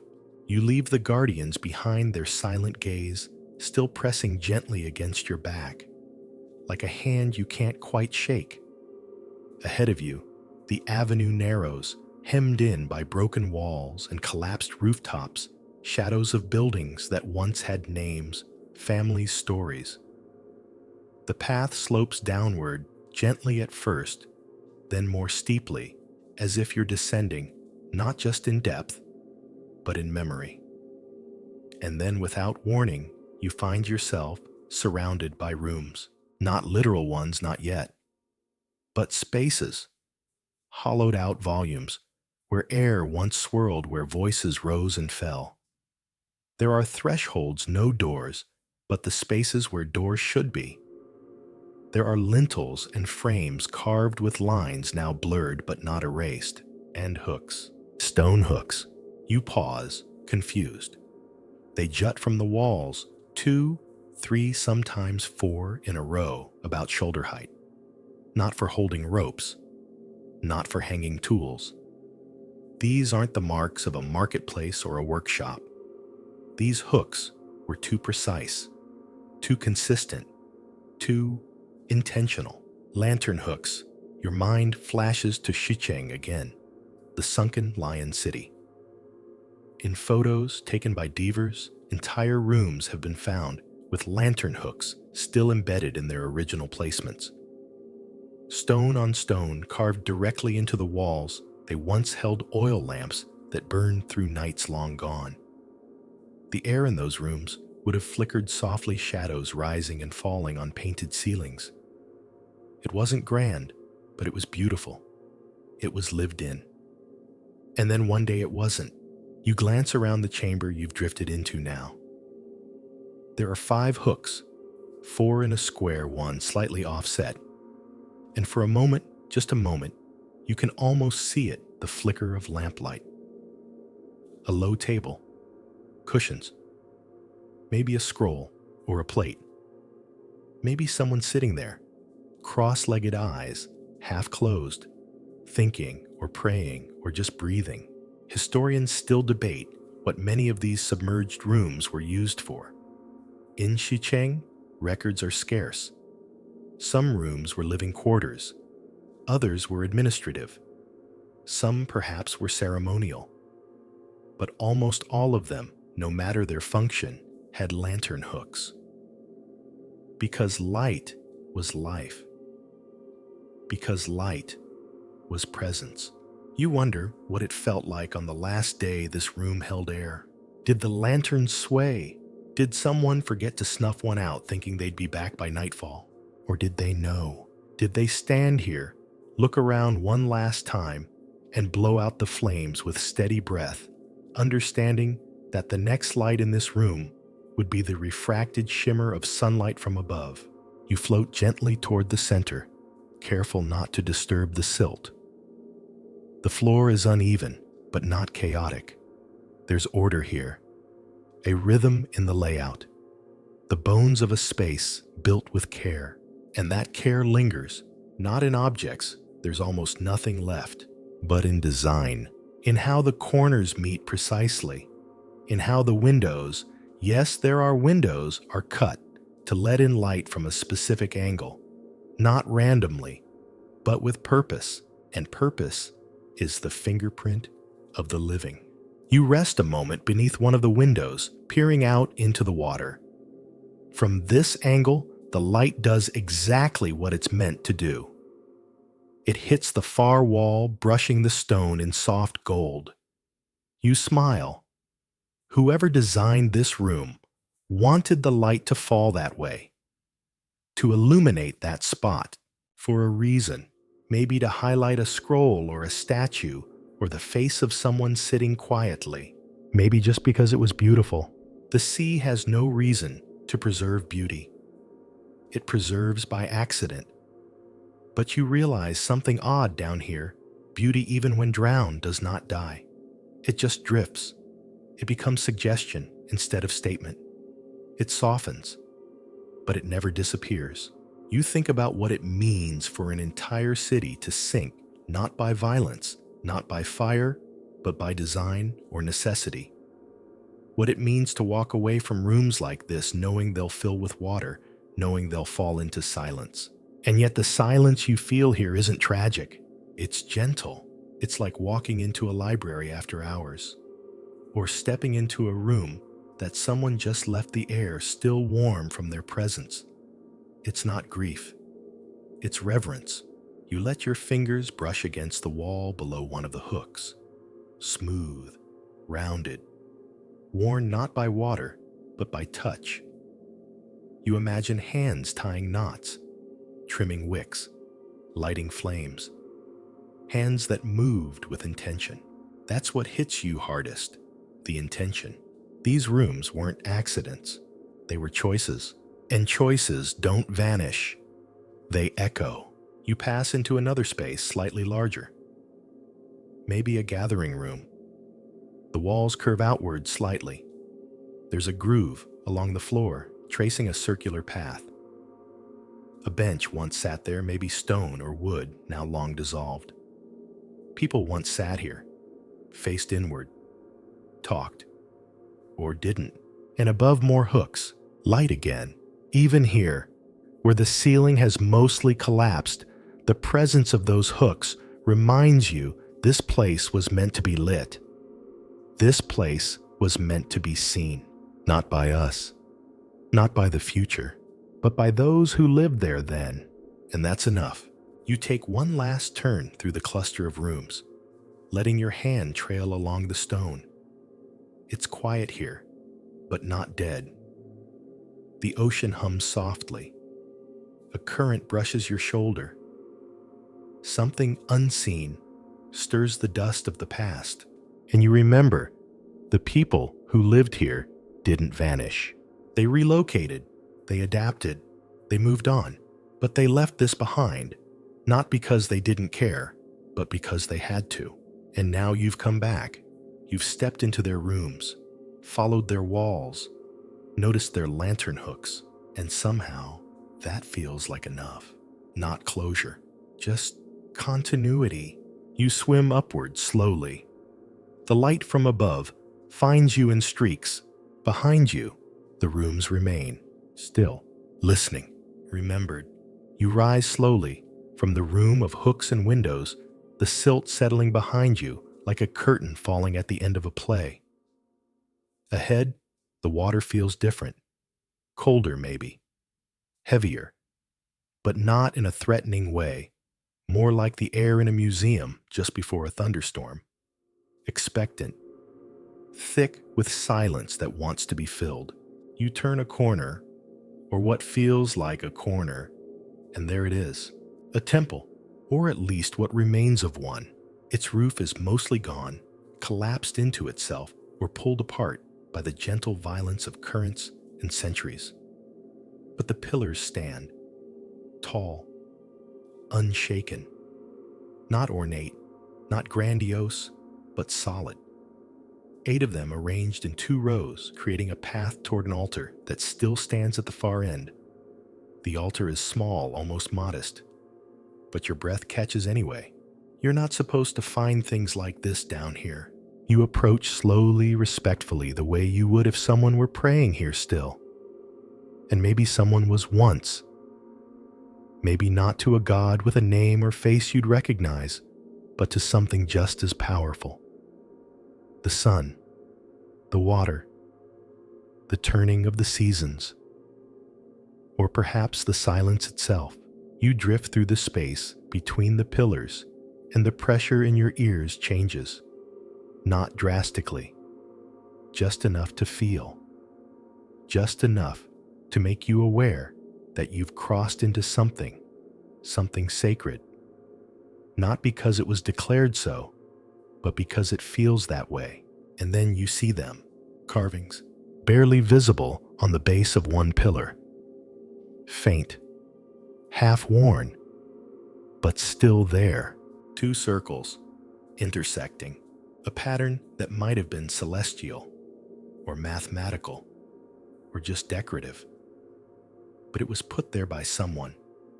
A hand, a tool, a thought made visible. The sea hasn't erased it, only softened it. You run your fingers across the lines and feel the intention like a whisper. Historians still debate the purpose of many of the submerged temples found around the world.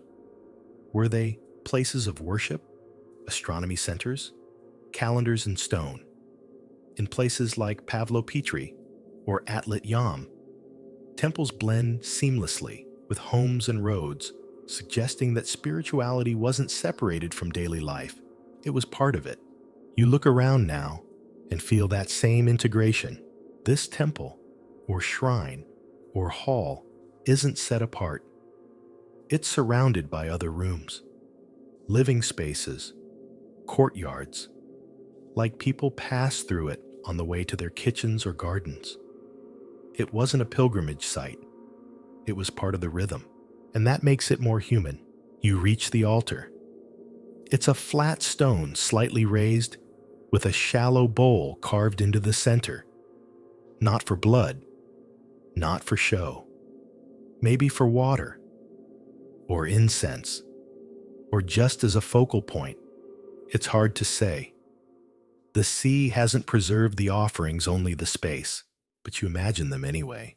A hand lowering a flower, a pinch of ash, a whisper into the quiet. And then you look up. Above the altar, where the roof once was, the water shifts in slow spirals. Light breaks through from above in thin blades, catching motes of dust and tiny bubbles. It looks like smoke, or breath, or spirit. And for a moment, you understand the appeal of building temples here, even before the water came. Because this is beautiful, the kind of beauty that makes you still inside. Not awe, not fear, just stillness. The kind of beauty that says you are not the first. The kind that reminds you how long the world has been turning before you ever noticed. You float beside the altar for a while, not asking questions, not looking for evidence, just listening. Not with your ears, with your bones. You wonder who came here last. Not the last diver, the last believer. What were they thinking? Did they know it would be the final time? Did they leave anything behind? A prayer, a stone, a name carved somewhere now covered in algae. Maybe, maybe not. But the shape of their belief still lingers. In the alignment of the pillars, in the slope of the floor, in the way this space seems to know how to hold silence like a vessel. You turn slowly in the water, taking it all in. This isn't just a ruin. It's a memory you've stepped into. Not yours, but familiar. You think again of all the other submerged places that held shrines. In by-eye rooms of steam and shadow, where Roman nobles once murmured to the gods of the underworld. In Shicheng temples, to Confucian ancestors, where rituals echoed against wood and stone. In Atlit, Yam, a circle of stones surrounding a spring, maybe a sacred well, maybe a calendar, maybe both. The sea doesn't care what these spaces were used for, but it hasn't taken them away. It has held them loosely, like a hand cupped around something fragile. And here you are, seeing what you were never meant to see. You rise a little, letting your gaze pass over the altar one last time. You won't touch it. It's not for you. But your presence here feels allowed. Not invited, but permitted. You exit the temple through another gap between the pillars.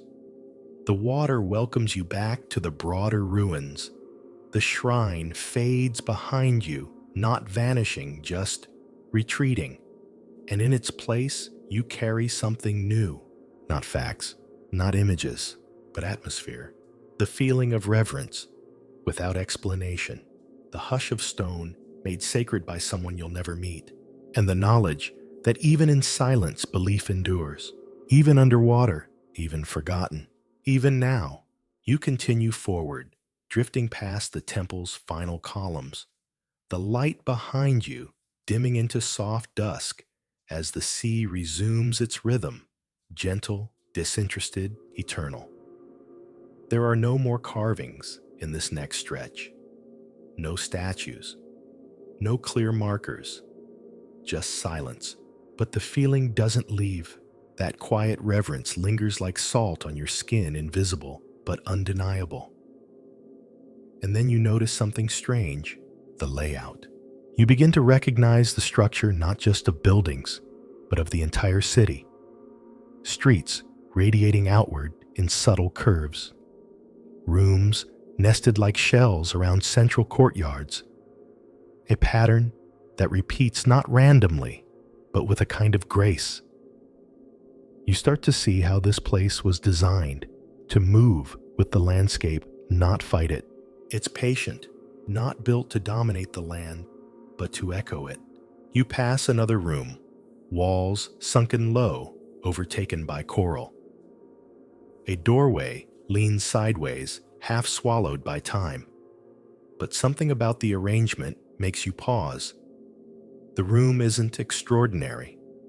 No altars, no artifacts, just emptiness. And yet, It feels like someone might come back at any moment.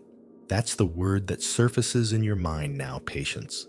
This city, whatever it was, doesn't feel abandoned. It feels paused, like someone pressed a button long ago and stepped out intending to return, and the sea, ever obliging, held everything in place just in case. You drift above another corridor, this one framed by pillars, long collapsed, but still aligned. A low bench runs along one wall. Or maybe it was a counter, or a bed frame. You can't be sure. But it's the kind of space that feels domestic, lived in. A place where someone once waited. For a child. For a visitor. For mourning. And maybe they're still waiting. Historians still debate how some underwater cities remain so perfectly preserved. In places like Xicheng, the cold, oxygen-poor waters of Chandao Lake halted decay. No current, no silt storms, no looters, just silence, time without erosion, and so whole rooms remain untouched. Dishes on tables, doorways unbroken, staircases still intact, like photographs taken underwater, not grainy or blurred, but crisp, clear, as if the city simply paused. And you begin to see that same stillness here, not devastation, not collapse, just suspension. The sea didn't erase this place, it slowed it, let it rest, and somehow that's more haunting than destruction, because you're not floating through the aftermath of chaos. You're floating through anticipation. The buildings here didn't fall apart. They bowed their heads. They settled. They listened. You enter a room without a ceiling. Plants have grown across the top, kelp and green flowing like curtains. The light that filters through makes everything glow. You can almost imagine waking up here. Eyes blinking against the morning light, water not yet claiming the floor. You realize something important: the people who lived here didn't design this city to last forever, but they didn't expect it to disappear either. There's an in-between space that civilizations rarely acknowledge. The space between permanence and collapse. This city lived in that space. A place designed not to defy nature, but to blend with it, to lean into it. Its streets follow the curves of the land. Its structures hug the hills and folds of the seabed. There's no arrogance here, just grace. You wonder what it says about a people who build that way, who don't try to dominate the earth but walk alongside it, who accept that one day the water might come, and design their world to surrender, not shatter. The patience of that, the wisdom. You hover now over a garden space, or what might have been one. Raised beds, low walls, an irrigation channel still faintly visible. The plants are gone, of course, but the structure remains. A garden beneath the sea. You feel like laughing, but the urge passes. It's too still here, too quiet, not somber, but respectful. This city didn't leave in panic. It receded like breath, and the sea breathed in return. You float up and away from the garden, glancing back once.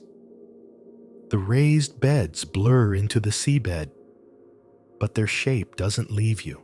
It's not the shape of a ruin. It's the shape of a pause. You pass another small room. This one square, tightly built. A single pillar in the center.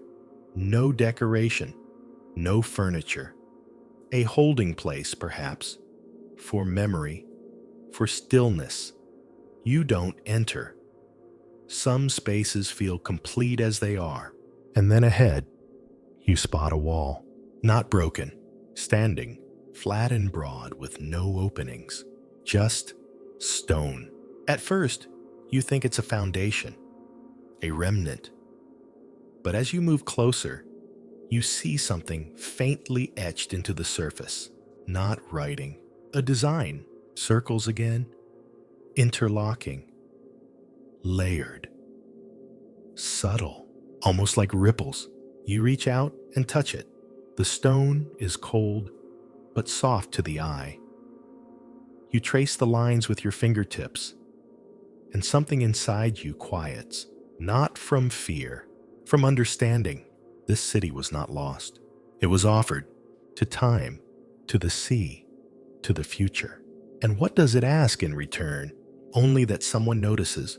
You step back from the wall, let the lines fade into distance. You look around. The city isn't waiting to be rescued.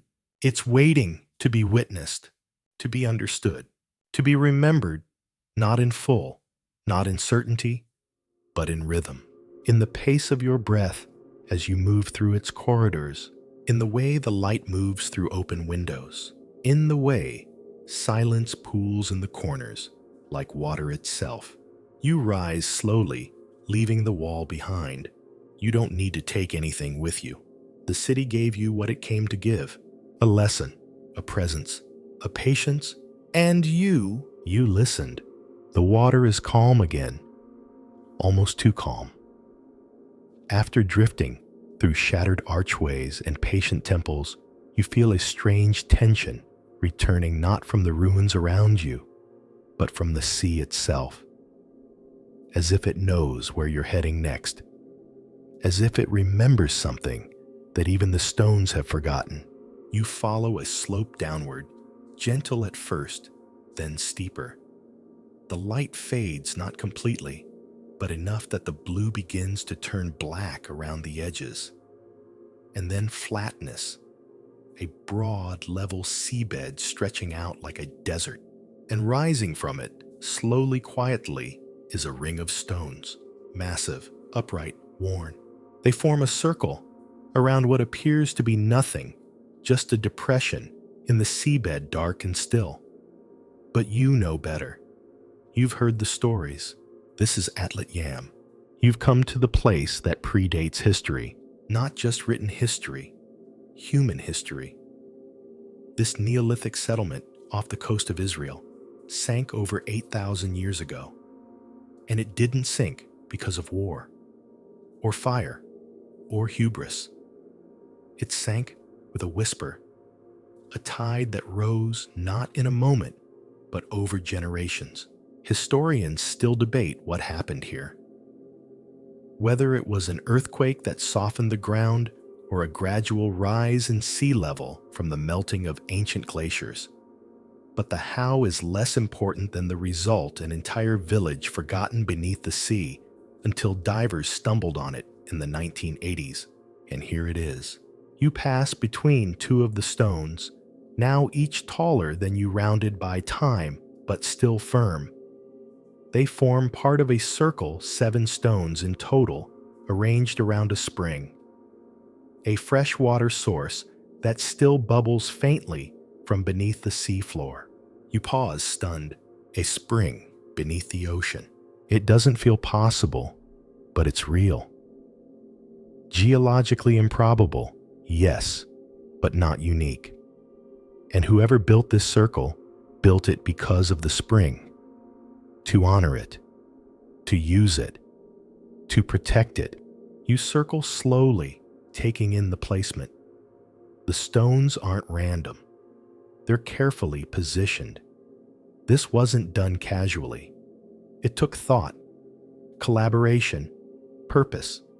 This was community architecture, possibly ceremonial, possibly spiritual, but definitely significant. And this is what stuns you. It's older than the pyramids, older than Stonehenge, older than most of what we call civilization. And it's beneath your feet, so gently held by the sea, that the story remains even if the names are long gone. You swim further into the site.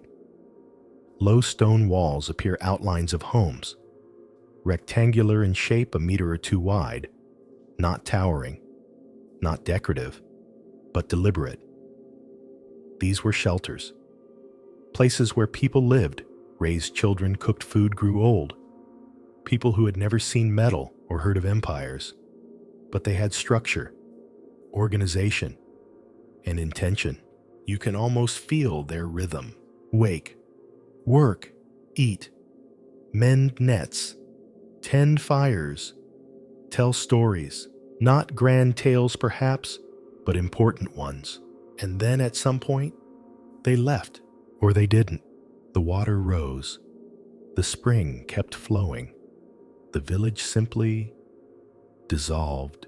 Not in tragedy, in transition. That's what's so different about Atlit Yam. It wasn't lost because it was cursed or punished. It wasn't devoured by greed or abandoned in chaos. It was embraced by the sea with tenderness. And somehow that makes it more haunting, because this is what most of human history looks like. Not monuments, not myths, just quiet lives, quietly lived. You pass a small circular pit, lined with stone, a hearth perhaps, or a storage well. It's hard to know. You picture someone kneeling there, placing food inside, or drawing warmth from a flickering fire, and you begin to feel the presence of something more intimate than legacy. Continuity. You drift further, and there are shallow graves. Human remains buried with care. Bodies positioned gently, not discarded. One of them lies cradling a small child. The bones are ancient, but the gesture is familiar. Love. That's what you see in the arrangement. Not ceremony, not status, just care. Archaeologists say the people of Atlit Yam were healthy. Their bones show no signs of violence. Their diet was varied fish grains, legumes. They lived in peace. They lived in balance. And they lived together. And then one day, they were gone. Historians still debate how long it took for the sea to claim the village, whether the people left gradually or were forced out by a sudden catastrophe. But the settlement itself gives no sign of panic. No toppled stones. No rushed departure. Just stillness. And now, thousands of years later, you glide through their absence. But it doesn't feel empty. It feels full of what we never bothered to write down. The soft details, the quiet routines, the things not carved in monuments because they didn't seem important enough, but they were. You stop for a moment hovering above the center of the stone circle. The spring still breathes beneath you. Slow, steady, like a heartbeat. You wonder if the people of Atlit Yam knew the ocean was coming. If they felt the changes in the air, the shifts in the tide. If they tried to fight it or simply accepted it. Either way, they left something behind. Not technology, not treasure, but intention. And the sea, generous for once, kept it. Carefully, quietly, you take one final look at the circle of stones. They're not crumbling. They're not grand. But they are still here, still standing, still listening. And you begin to understand what this place truly is. It's not a ruin. It's a memory, perfectly preserved, not because someone tried to save it, but because it never asked to be forgotten. You drift slowly from the stone circle, your mind still caught in its quiet orbit. Behind you, the ancient spring bubbles in a rhythm older than writing.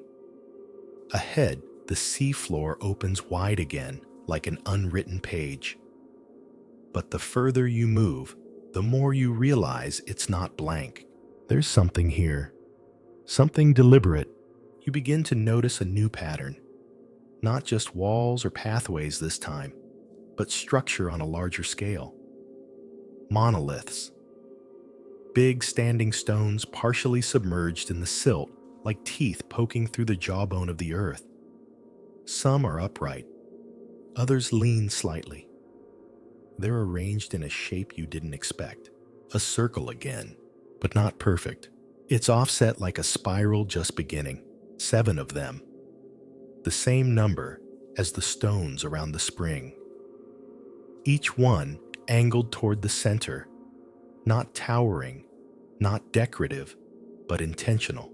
You circle the perimeter, slowly counting again to be sure. 1, 2, 3, 4, 7. The number feels familiar, primal, not mathematical, but symbolic. These aren't just rocks. They're a message. Historians still debate the purpose of these monoliths at Atlit Yam.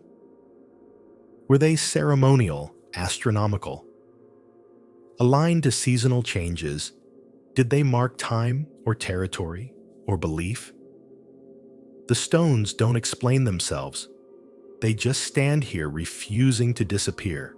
You settle at the edge of the ring, letting the current move past you like a breeze.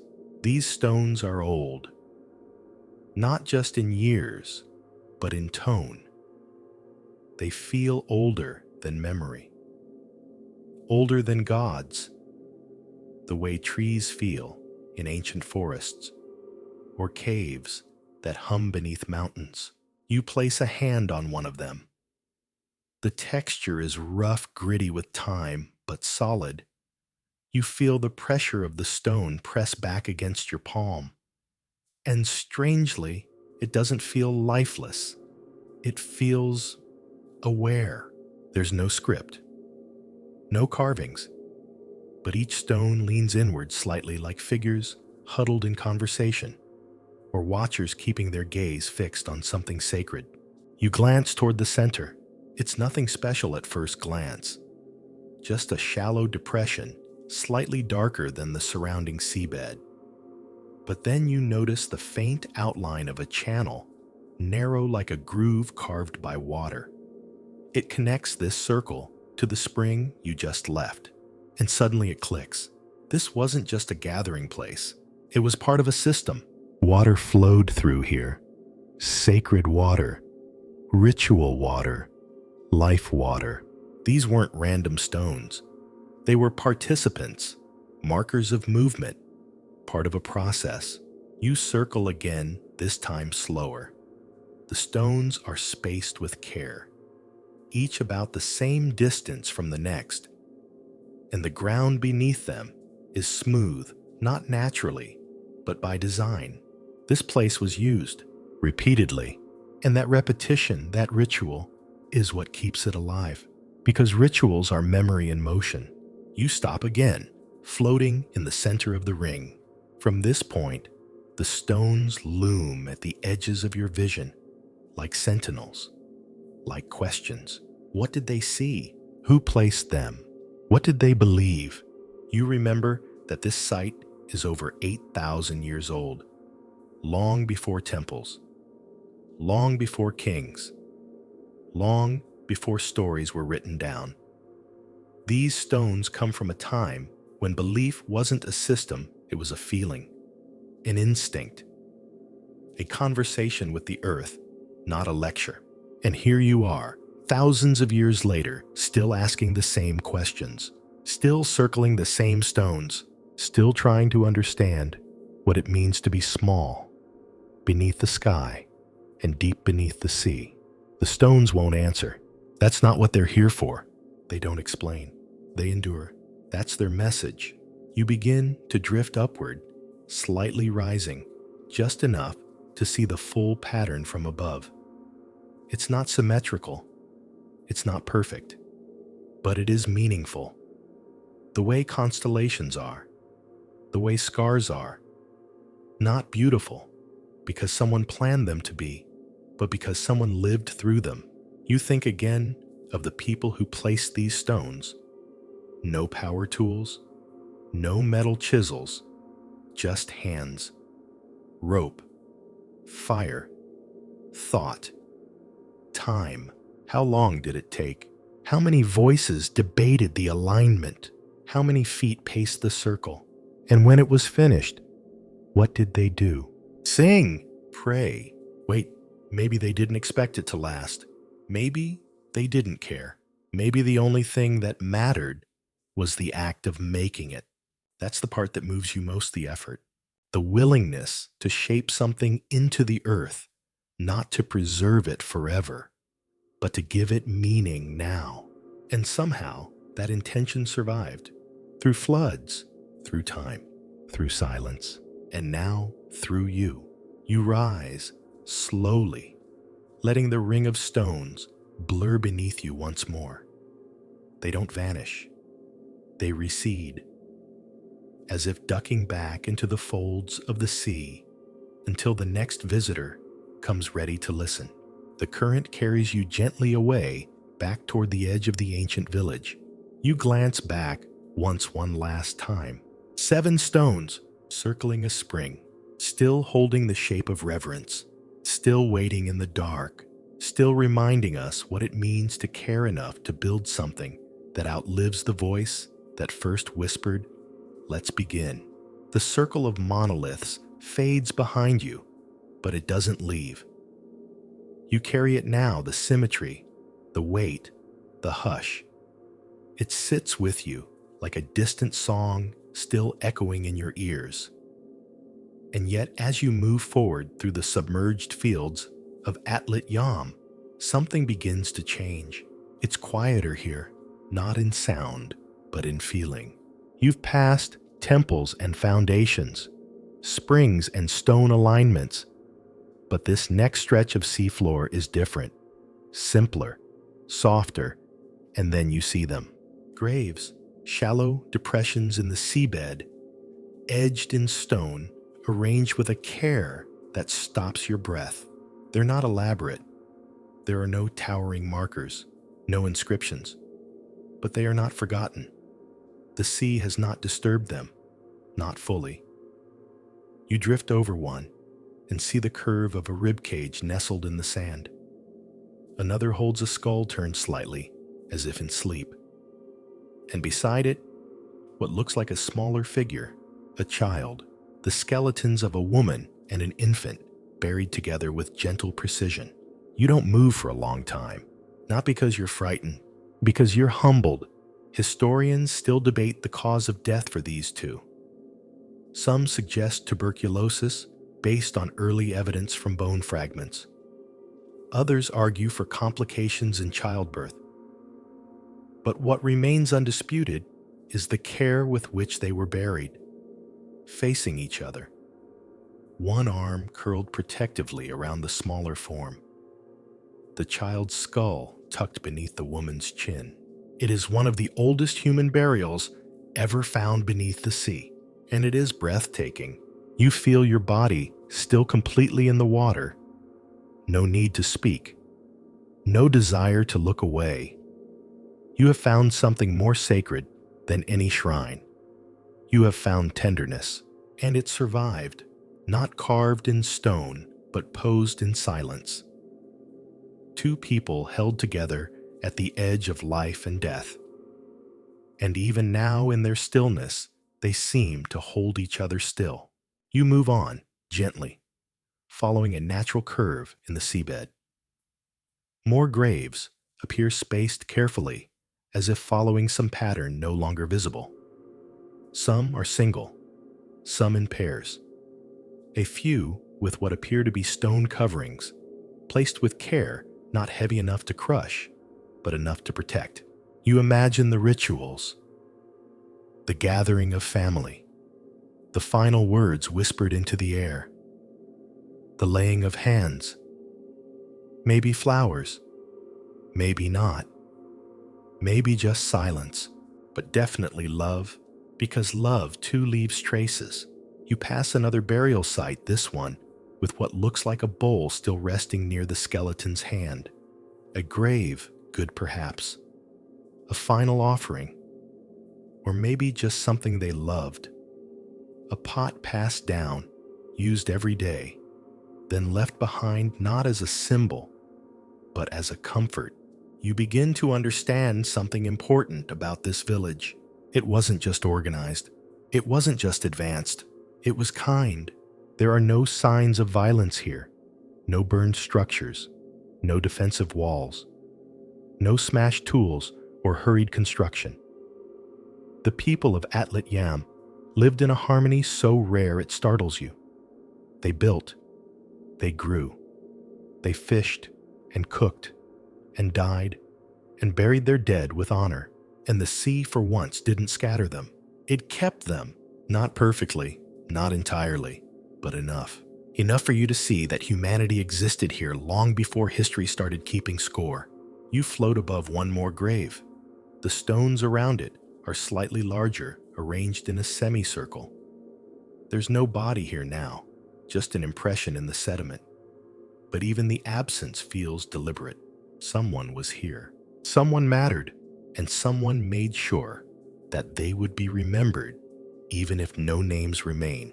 You think about all the ways we try to be remembered now. Photos, videos, monuments, documents, hard drives, and headstones. But this was enough. A body, a shape, a gesture of care. And the ocean, for all its indifference, preserved it not because it loved these people, but because they didn't fight it.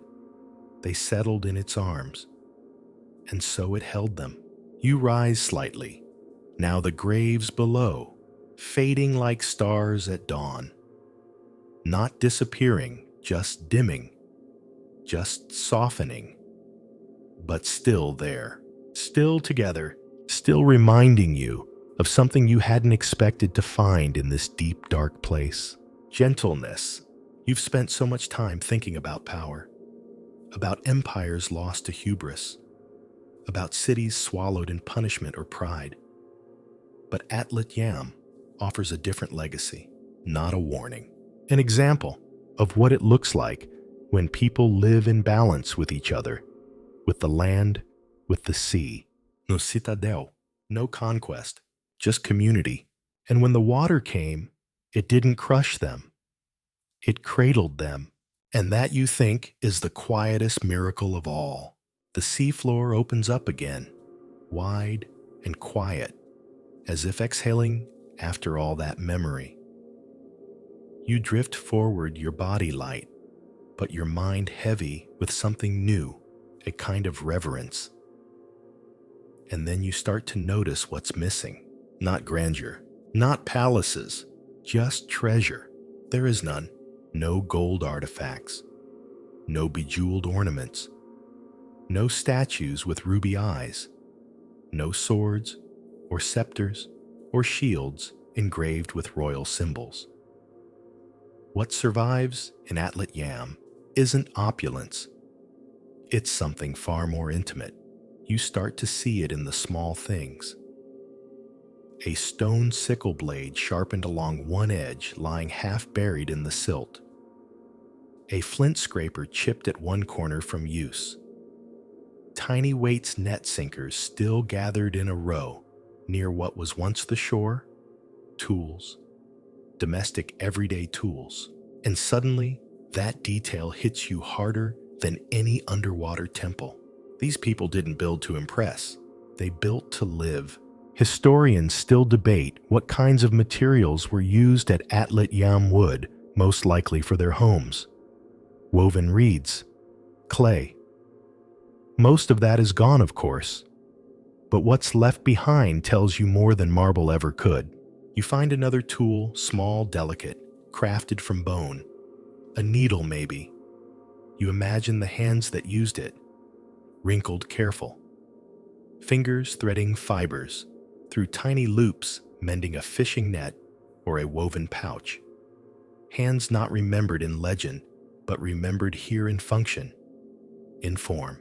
These weren't warriors or kings. They were artisans, fishers, mothers, carvers of tools, not monuments. And somehow, that feels more lasting. You begin to feel the echo of daily life down here. Small lives lived with care. Baskets filled with grain, children gathering shells, water fetched from the spring now buried beneath the sea. There's no evidence of grand rituals or thunderous ceremonies, no arenas, no altars draped in wealth, just systems, simple, elegant systems, people making what they needed, nothing more. You drift over to a work area, flat stones arranged in a way that suggests processing, of fish maybe, or grain. There's a groove in one of the stones worn down the center, a grinding station. You run your hand along it, surprised by the smoothness. Centuries of labor pressed into a shallow line. You think about what that line represents. Not productivity, not empire, but care, repetition, stability. The kind of legacy no one writes about because it doesn't shout. But maybe that's exactly what survives. Because when the sea comes, it doesn't care who wore the crown. It doesn't care who built the highest tower. It only keeps what was closest to the ground. The tools, the tasks, the things held in hand every day. You pass what looks like a storage pit, outlined with stones and filled now with sand. Once, it might have held legumes, barley, maybe salted fish. You picture clay jars, lining the edges sealed with woven lids. The quiet architecture of survival. You notice something else. Nothing here was meant to be permanent, yet everything here lasted. That's the paradox. They built from necessity, not ambition. But their way of life left deeper footprints than gold ever could. You drift through what might have been a communal space. No walls, just a wide clearing between homes. The ground is flatter here, marked by faint pathways. You can almost hear the low hum of voices. Shared meals, laughter, the soft patter of feet. You remember that the people of Atlet Yam lived side by side in closely arranged homes. No evidence of hierarchy has been found. No graves with excess offerings. No buildings that towered above others. They lived horizontally together. That kind of equality is hard to preserve, and yet the sea did, maybe because it was quiet, maybe because no one fought over what to keep. You pass a broken mortar, its twin pestle nowhere to be seen. You picture an elder grinding herbs, mixing remedies. Not for a prince, not for a ceremony, but for a grandchild's cough. And you realize something. Civilization doesn't begin with kings. It begins with this. With a mother showing her daughter how to shape a basket. With a neighbor passing a pot of soup across a shared threshold. With someone reaching down again and again to sharpen a blade worn by years of use. We talk so much about the lost greatness of the past, but what if the real greatness was never lost? Just quiet. You feel a sudden wave of emotion, unexpected and full. You've seen cities fall. You've heard tales of punishment, of hubris, of divine wrath. But this is different. This is a culture that wasn't destroyed. It was absorbed by water, by time, by silence, and it left behind not ruins, but routines. You rise slightly, now the patterns on the seafloor blurring into each other. You don't see treasure, but you see meaning. And meaning, it turns out, is heavier than gold. You think of your own life, your own tools, the objects you use without thinking. A toothbrush, a kitchen knife, a favorite mug. You wonder which of those might survive. You wonder which of those might someday tell a story. And you wonder, who will be the one to listen? You turn slowly in the water, letting the weight of the tools pass through you, not physically, but emotionally. They speak without sound. They say, "We were here. We worked. We cared." And then they say nothing else, because that's enough. You drift upward, slowly, leaving the field of tools behind. Not because it's finished, but because the sea has decided you've seen enough for now. The current carries you along a new stretch of seafloor, gentle as a hand under the elbow guiding without force. And then the terrain begins to change again. There are no grand structures here. No monoliths or ceremonial halls, just low outlines. foundations barely rising above the sand. You almost miss them. But then you look closer. Each one is a home, simple, rectangular, each about the size of a modern living room. Walls made of stone, arranged with the kind of symmetry that tells you it wasn't thrown together. These weren't shelters thrown up in a rush. They were places meant to be returned to, lived in, cared for. You pass over one with a floor still intact. Flat slabs, smoothed over with time but not worn away. A shallow groove near the entrance, maybe for runoff, or a door beam, or simply the dip worn down by passing feet. And then you see it, a small rounded indentation in the corner of the room. Not deep, maybe a foot across. You move closer and realize it's a fire pit. The room had heat. The room had stories. You hover above it and picture a family gathered around the flame. Parents, grandparents, children with heavy eyelids leaning against wool-wrapped shoulders. The fire flickering across stone walls. Maybe someone humming. Maybe someone weaving. Maybe someone just sitting quietly watching the fire speak its language of shadows. You realize this is the heart of what was lost. Not just the structures, but the moments, the 1,000 tiny, beautiful, impermanent things. The smell of cooking fish, the echo of laughter, the dull thump of someone chopping roots just outside the door. All gone, and yet, somehow, still here, because the fire pit remains, and so do the walls, and so does the feeling. You move slowly through the rest of the dwelling. The sea has softened its edges, but the layout is clear. A long room. A raised area near the back, possibly for sleeping, maybe for storage, maybe both.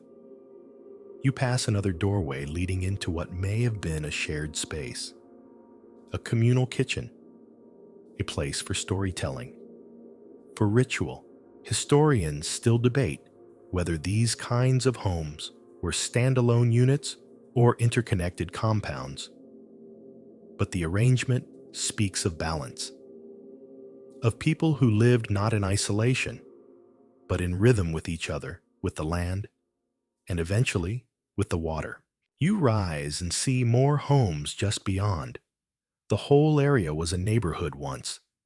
Maybe 20 or 30 families living side by side. There's no sign of fences.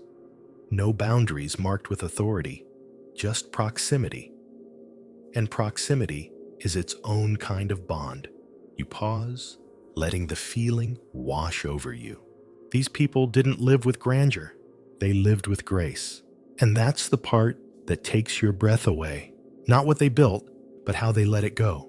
Because nothing here was made to last forever. Not because they didn't care, but because they understood. Things end. Not with explosions, not always with disasters. Sometimes they just fade. And it's okay. You move again, swimming above the rooftops that aren't rooftops anymore. Just outlines, just ghosts of space. But every shadow has a memory. Every corner once held light. Someone crouched there tying reeds together. Someone else lay back and watched the smoke from the fire curl upward toward a ceiling that no longer exists. You realize that impermanence is not failure. It's the nature of everything. And that realization is somehow freeing. You pass another home, smaller this time. One room, no fire pit, maybe a storage building, or a shelter for someone who lived alone, a widower, an elder, or someone newly grown starting fresh. You feel tenderness here too. No one bulldozed these homes. No one destroyed them. The sea came gently over time. The tide rose. The winds shifted. The people moved inland or farther up the coast. Or maybe they simply left. No screams, just change. That's the most astonishing part of Atlet Yam. Its story. is not one of destruction. It's one of surrender, and what remains is more beautiful for it. You pass what looks like a small courtyard, just an open square edged with low walls. In the center, a circular impression, possibly a well, or a gathering place, or a garden. You imagine a child sitting cross-legged there, playing with a shell. You imagine a mother calling them in. You imagine the air smelling of herbs and brine, the days passing slowly, the seasons changing without violence, and then you imagine the water creeping in, first in inches, then in tides, and the people quietly adapting, not fighting, just moving, just letting go. Because they knew something we've forgotten. Everything beautiful is temporary, and that doesn't make it less beautiful. It makes it more. You hover above the last row of homes. The walls are barely there, just ridges now, but they draw the shape of something sacred, daily life, regular joy, steady care. You realize the sea didn't just preserve this village, it revealed it at the right time, in the right way, to the right kind of eyes, yours. You rise slowly now, the village below, softening into the seafloor like a fading dream. But you feel different, not because you found something valuable, but because you finally understood what value means. It's not measured in gold, it's measured in attention, in presence, in the fact that you came all this way just to see. And in seeing, you remembered, even if no names survive, even if no stories were written down, even if everything they built was meant to dissolve. You are here, and now so are they. You drift higher above the village ruins, watching the shapes fade slowly into soft seafloor folds. And what strikes you now more than ever is how easily things are forgotten, not lost. Forgotten. The difference matters. Loss implies something tragic, some external force ripping it from your grasp. But forgetting is quiet, passive, slow. It's the shelf that gathers dust, the name that slips your tongue, the memory that fades just enough until you're not sure if it was ever real. Civilizations are not always lost to war or fire. Sometimes they are lost to disinterest. You think about how many cities have already vanished without legend.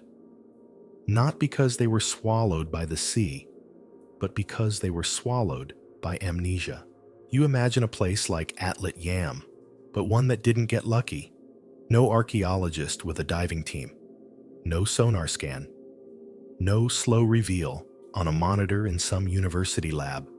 Just water. Just time. Just the tide rising higher than the story could swim. And then nothing. A culture erased not by disaster, but by silence. Historians still debate how many such places exist. Entire coastlines now submerged by post-glacial sea rise. Continental shelves that were once fertile ground for life, now miles beneath the surface. Names never written. Languages never recorded. A lineage that ends with no echo. And the sea keeps it all. Not jealously, not cruelly, just indifferently. It doesn't mind what we forget, but you do. That's why you're here. You hover now over a section of seafloor that holds very little. A faint ring of stone. A long straight line, possibly once a wall. It's barely visible. The ocean has almost completed its final task, blending this place back into itself. And yet as you stare, something catches your eye. A mark, not big, not deep, but deliberate. A carved line in the stone, a symbol, two intersecting arcs, maybe a rudimentary sun, or maybe a map, or maybe it meant nothing to anyone but the person who made it. But it's there, and suddenly the forgotten becomes undeniable. Someone made this. Someone stood here thousands of years ago, and pressed meaning into stone. And the sea, for all its swirling indifference, did not wipe it away. You wonder how many more symbols like this exist, buried deeper in cities we'll never find. Civilizations with gods we'll never hear of. Recipes we'll never taste.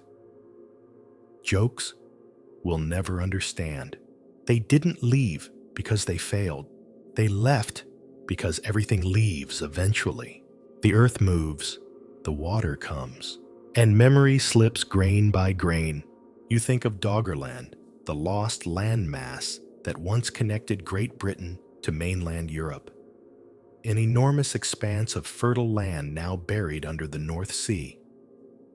Divers have pulled up ancient tools from the depths, spears, bones, once even a fragment of human skull.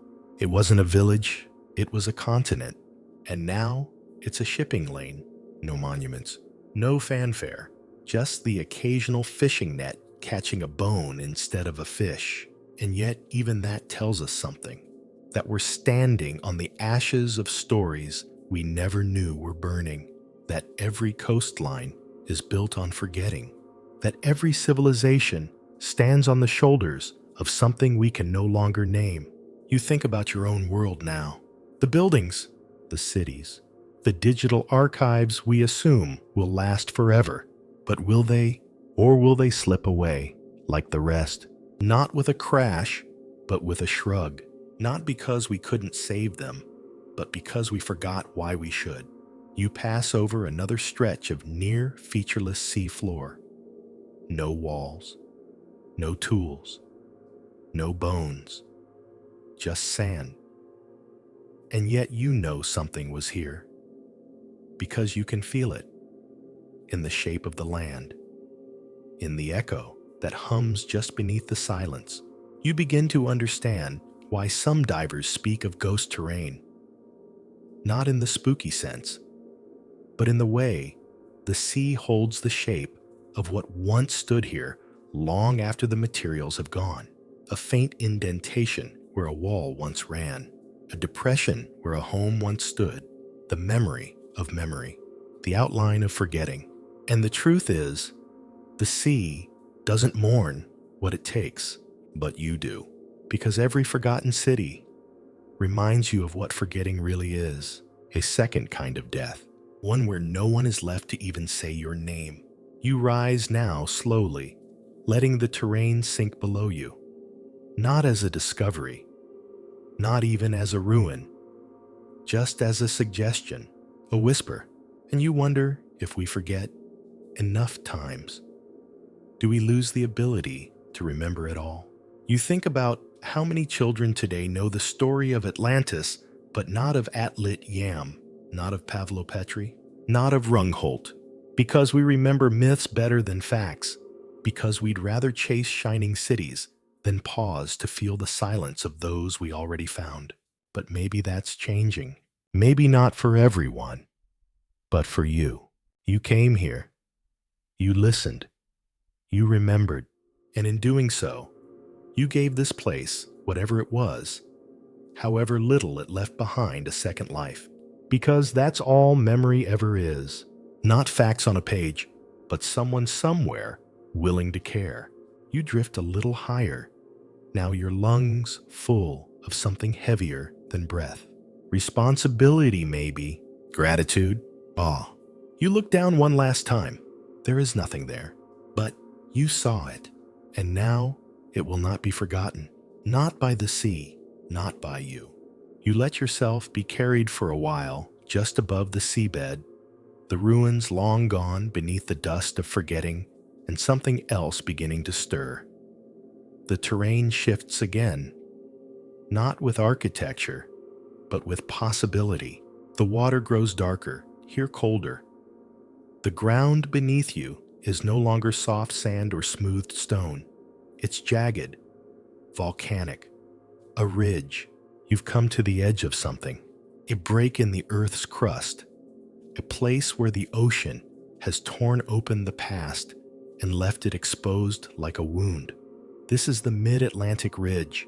You're hundreds of meters above the seafloor, now suspended in the twilight zone, but far below the surface. There's no sunlight here, just bioluminescence. Just the occasional flicker of life far stranger than anything that walks the land. And here, in this dark fold of the planet, some say Atlantis might rest, not Plato's gleaming ringed utopia, but something else, something real. You hover above a plateau that shouldn't be flat. Sonar scans have revealed grids here, lines too straight angles, too precise. Researchers have argued about it for decades. Some claim they're simply tectonic features. Others whisper about lost civilizations. And one image taken in 2009 from Google Earth caused the internet to erupt, a massive rectangular pattern on the ocean floor west of the Canary Islands. It looked like a city map.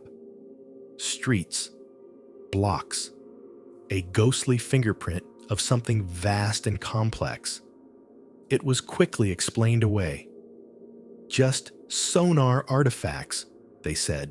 But explanations don't always soothe the mind. Sometimes they just rearrange the mystery. Historians still debate the validity of these patterns. Natural geology glitch, or the remnants of something that predated even the oldest stories. You descend lower, closer to the ridge itself, where tectonic plates slowly pull apart like sleepwalkers drifting in opposite directions. The pressure here is immense. The silence is ancient, and then you spot it. A single stone block, cut not cracked. Not massive, not ornate, but rectangular. Alone. Like a letter that drifted from its sentence. You know better than to assume. You've seen enough to be cautious, but still your heart tightens. Because even if it's just a rock, it feels different. It feels placed. You drift closer. There's no writing, no tool marks visible. But there's a flatness to it, a symmetry, the kind that nature doesn't favor, the kind that only emerges when hands are involved. Human or something close. You touch it lightly, as if testing its memory. It says nothing, but it doesn't need to. The sea is full of such fragments, hints too small to prove anything, too persistent to dismiss. Atlantis may not be a single place, but if it existed anywhere, this is where it might have lived. On a fault line, on a myth, on the edge between understanding and wonder. You imagine an island here, once volcanic fertile rising, with the confidence of a young world. Its people would have felt invincible, fed by rich soils and warmed by the sun. They built, they traded, they thrived, until they didn't. Maybe the ridge cracked, maybe the sea rose too fast, maybe it didn't take a day and night, maybe it took generations, and the story changed. With every telling, you rise again, circling slowly above the plateau. The block disappears beneath you, fading into shadow. But the idea remains that somewhere down here, beneath miles of pressure and darkness, lie not just rocks, but records, not in writing, in pattern, in shape. In absence, you think again about Plato's account, the concentric rings, the golden walls, the impossible wealth. You've always taken it as allegory, as philosophy wrapped in myth. But now you wonder, what if he was remembering something? Not a city he saw, but a story he inherited, passed down like a dream, half remembered at breakfast. A city swallowed by water, a warning carried across generations, distorted by time but still echoing. You begin to see Atlantis not as a place, but as a wound that never healed. A rupture in our sense of safety, a reminder that the earth doesn't care how powerful we think we are. It moves, it drowns, it forgets. Unless we don't let it, unless we choose to remember. You float back up, letting the ridge slip beneath you like a scar in the deep. You don't need more evidence. You've seen enough. A carved stone here, a straight line there, 1,000 coincidences that add up to something more. Not a proof, a presence. And presence you've learned is enough.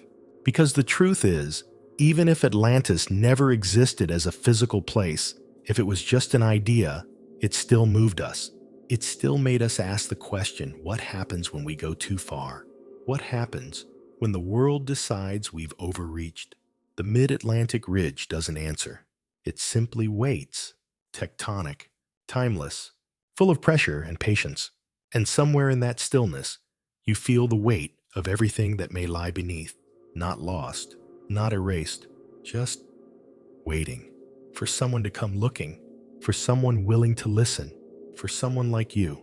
The ocean around you is quieter now, not from lack of movement, but from depth.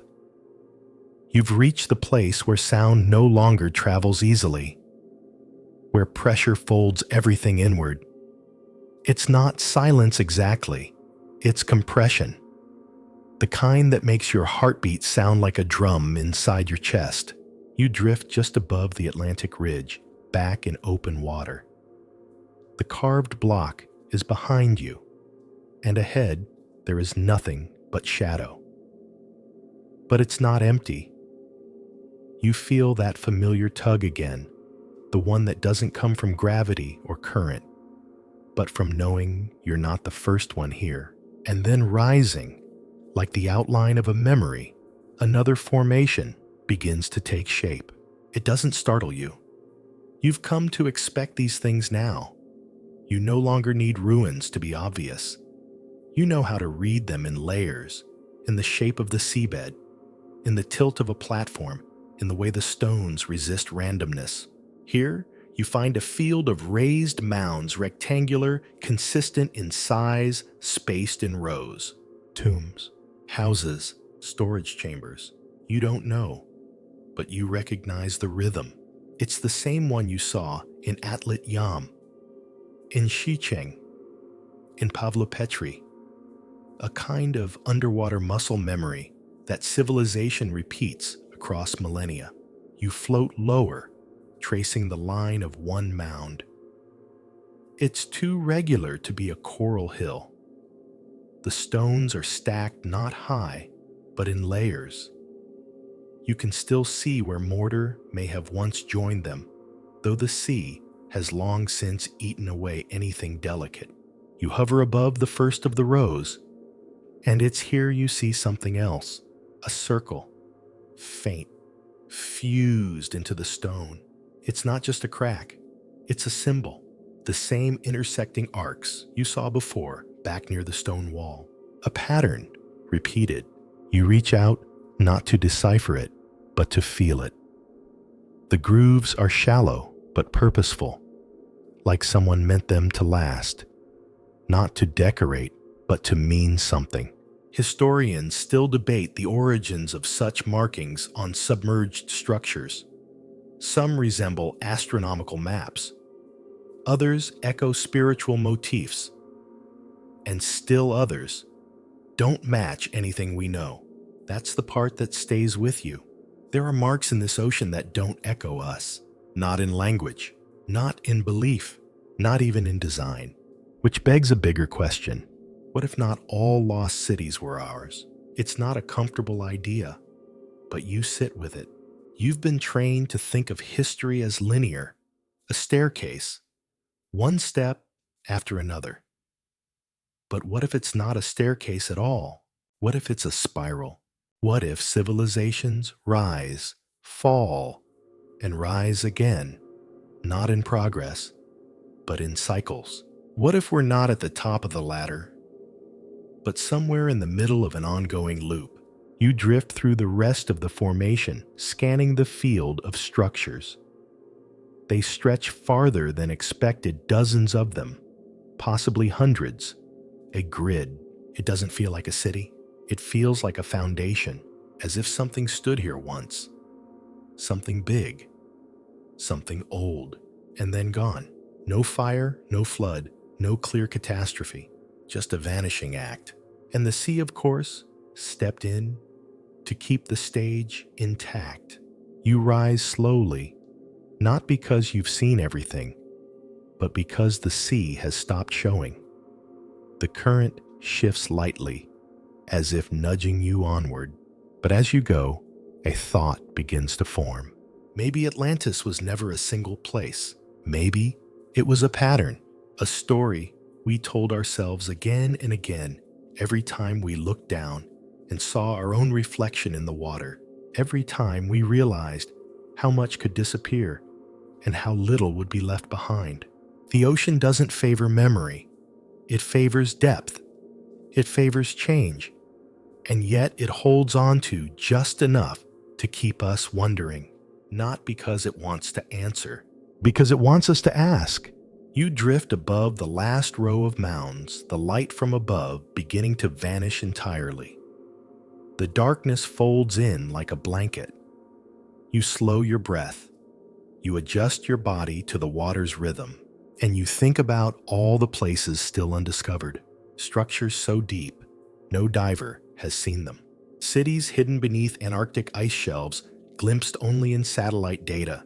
Coastlines swallowed before the first clay tablet was written. Historians still debate whether we've found even a fraction of what the sea holds. Some say we've mapped more of the moon than the ocean floor. And in that shadowy ignorance, Atlantis survives not as fact, but as possibility. That possibility is what you carry now. Not the glittering domes, not the crystal pyramids, but the bones of something real. The weight of a city that once was, the outline of a life no one remembers, and the feeling that it could all happen again, not out of punishment, but out of pattern. Civilizations rise, civilizations sink, memory softens, water rises, and we standing on the edge of the shore keep telling each other stories about how it might have been. Not to forget, but because we're trying to remember. You rise a little, heading toward brighter waters, the foundations below, disappearing like a city at dawn. You don't need to see more. You've already seen enough. Not of Atlantis, of us. The light returns pale and blue as you rise toward the calmer shallows. Your lungs ache not from lack of air, but from the weight of what you've seen. Beneath you now lies a long trail of impressions, some deep, some shallow, like footsteps pressed into clay and left too long in the sun. Not literal footsteps, but the shape of movement. You've come from the ridge, the mid-oceanic fracture that might hold the bones of forgotten cities. And now you find yourself approaching a new kind of ruin, one shaped less like architecture and more like memory itself. The Mediterranean, warmer, clearer, but no less mysterious. You're approaching the site of Pavlopetri. You've heard the name before, perhaps in passing, perhaps in whispers among marine archaeologists. But seeing it now, beneath you, outlined in shadow and sunlight, is something else entirely. The city lies just off the coast of southern Greece. At barely 4 meters deep, it's shockingly close to the world above. Tourists paddle unknowingly overhead. Children splash nearby on the beach. But here, resting beneath the calm shallows, is a city older than the Parthenon, older than the Iliad, possibly older than language. And it's almost perfectly preserved. Streets, tombs, courtyards, dozens of rectangular buildings arranged with a kind of neatness that seems impossible for something over 5,000 years old.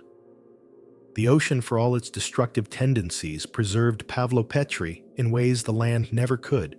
You swim slowly along the ancient roadways. The outlines are clear. You can trace where carts once rolled, where feet padded across stone. Doorways open onto nothing but their form remains. Entire houses still bear the marks of separate rooms, kitchens perhaps, sleeping quarters, storage spaces. This city was alive. It bustled, and you're floating above its last exhale. Historians still debate the original name of Pavlopetri. No written records survive, no signs, no inscriptions. It may not have even been called that. The name was given long after it sank, long after anyone remembered it at all. But the sea remembered, and now so do you. You enter a home, no roof, of course, just the walls waist-high still standing. The layout is intimate. You can imagine it clearly. A mother rinsing dishes, a father hanging fishing nets to dry, a child napping in a shaded corner, legs curled beneath them like a cat. It's not mythic, it's domestic, and that's what makes it profound. Because the greatness of Pavlopetri isn't in what it built, it's in what it preserved. The daily rhythms, the ordinary beauty, the choreography of human life. You pass into a courtyard bordered on three sides by buildings. A central basin remains carved into the stone, for water perhaps, or for offerings, or both.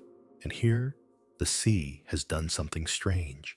It's left the walls clean, no corral, no thick mats of algae, just stone, smooth and pale as if waiting for someone to move back in. You imagine an archaeologist stumbling upon this site for the first time. The disbelief, the thrill, the realization that this wasn't just a cluster of rocks, it was a neighborhood. That's what Pavlopetri is, a neighborhood caught in amber. Historians still marvel at its organization.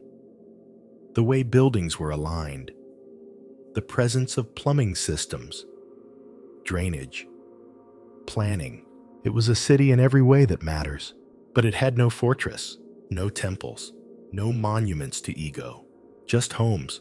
And that somehow feels more lasting. You swim on, reaching what appears to be a communal building, larger open square.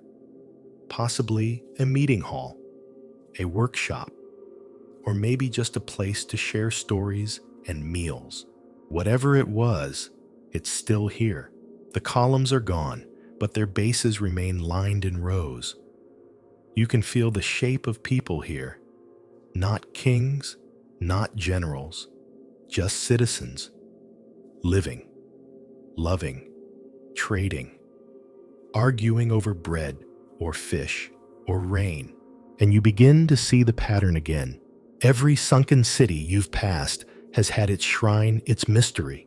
But Pavlopetri gives you routine. And that somehow is more haunting. Because we always think history is about the big things, the wars, the temples, the cataclysms. But Pavlopetri reminds you that it's also about the quiet things, the in-between things, the way someone folds cloth, the angle of a chair near a door, the groove worn into stone from where people pass the same way every day. These are the things that vanish first. And here, miraculously, they didn't. You pass another home, this one with a large rectangular block near the entrance, possibly a bench, possibly a display. Theories abound. But what matters more is that someone placed it there, deliberately, with intent. And intent is what echoes. You drift back toward the street, letting the pattern guide you. Pavlopetri is only a few meters below the surface, but it feels much deeper because it pulls you into a version of history that doesn't demand belief or debate. It just is. A city, still arranged, still present, still waiting. You pause in the center of the main road. To one side, the beach. To the other, the sea. And beneath you, a blueprint of the past that never asked to be remembered, but refused to be forgotten. Pavlopetri didn't fall to hubris. It didn't crumble in war. It simply lived, and then it didn't. The sea came quietly, gradually. The earth shifted, the land tilted, the water rose, and the city laid itself down like a person curling into sleep. And the sea for once did not devour. it cradled. You rise slowly, looking down one last time at the grid of homes of lives. The street below looks like it could still take your weight. The doors like they might still open. The silence like it's holding its breath.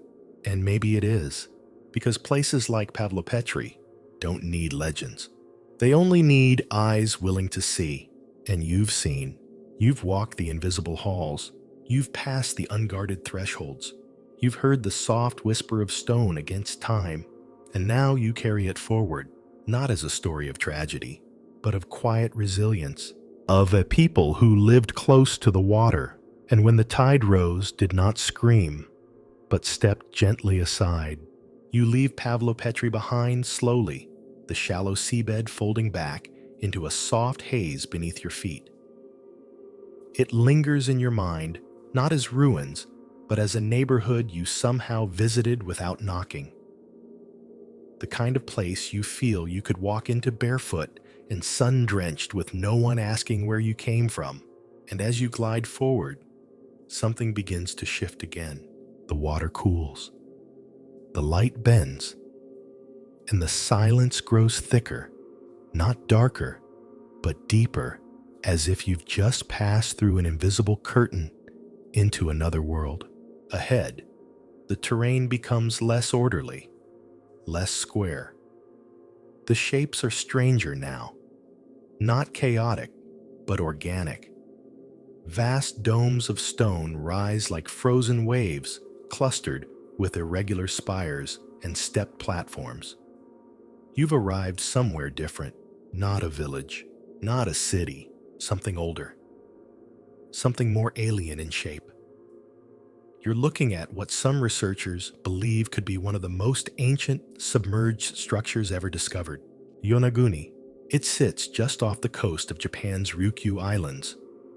Discovered in 1986 by a diver looking for hammerhead sharks, the so-called Yonaguni Monument sparked immediate controversy. At first glance, it looks like a natural formation, a layered limestone structure sculpted by centuries of wave action. But from the water, as you drift closer, it looks like a city that has melted into itself. Massive terraces, angular steps, rectilinear edges so sharp they defy erosion, long hallways that lead nowhere, corridors too straight to be coincidence. You pass over one such staircase, now each step cut to nearly perfect dimensions. They descend into darkness, vanishing into sediment. On one side, a wall rises at a 90-degree angle. On the other, what looks like a ledge, or a seat, or a platform, too clean to ignore, too vague to prove. Historians still debate Yonaguni's origins. Some claim it's the lost continent of Mu, a Pacific Atlantis. Others argue it's simply natural rock, shaped by tectonics and waves. Geologists have pointed out similar formations elsewhere. But divers, researchers, and explorers who've seen it firsthand insist there's something else here. You can feel it. You swim along the edge of a wide plaza, a flat surface over 150 feet long, broken by shallow pits and grooves that resemble foundation slots. From above, the layout resembles an open gathering space, or a stadium, or a temple complex. There's a kind of monumental arrogance to the scale, not in design, but in execution. Whoever built this, if anyone did, wasn't building for daily life. They were building for permanence, for memory, and the sea, as always, had its own opinion about that. You trace one of the long corridors, and then you see it. A carving, rough-weathered, but unmistakable. A face, large flat eyes sunken into the stone, a mouth open slightly. It doesn't scream, it watches. The face isn't detailed, it's geometric, stylized, like an early mask. It might be erosion. It might be something else. You pause in front of it, unsure whether to interpret or just feel. Maybe that's the point. Maybe Yonaguni isn't trying to tell you what it was. Maybe it just wants you to ask. You drift over another formation. Twin columns side by side with a lintel now collapsed between them. Was it ever upright? Was it a gate? A frame? For something we'll never see again. And then something stranger, what appears to be a tunnel descending beneath the monument. It's partially collapsed, and no one's ever explored it fully. Some divers have gone part way in reporting an eerie straightness to the shaft, but the risk is too great. Visibility drops. The current tightens. The sea doesn't always allow visitors to get too close, and maybe that's the sea's way of protecting whatever remains here, not just physically, but philosophically. Because Yonaguni forces you to ask an uncomfortable question. What if there was something before history, not just earlier civilizations, but entire cycles of human development lost in deep time? Cultures advanced in ways we don't recognize, erased not by violence, but by water earthquakes shifting plates, not metaphorical Atlantis, just the parts of our own past we never thought to look for. You remember that sea levels were hundreds of feet lower during the last ice age. That coastlines stretched out like bridges. That millions of people may have lived where the ocean now sits, and that we've barely scratched the surface of those depths. You rise slightly above the monument, now looking down at its structure. It doesn't look like chaos. It looks like a statement. One you can't read. Not yet, but you feel its weight, its refusal to vanish, its insistence on being more than rock. You hover silent. The sea does not confirm anything. It doesn't say yes. It doesn't say no. It simply shows you shapes and lets your imagination build the rest. And in that way, Yonaguni might be the most human ruin of all, not because it tells a clear story, but because it's a canvas for every story we've ever longed to believe. You turn slowly in the water, the faces and steps and corridors retreating behind you.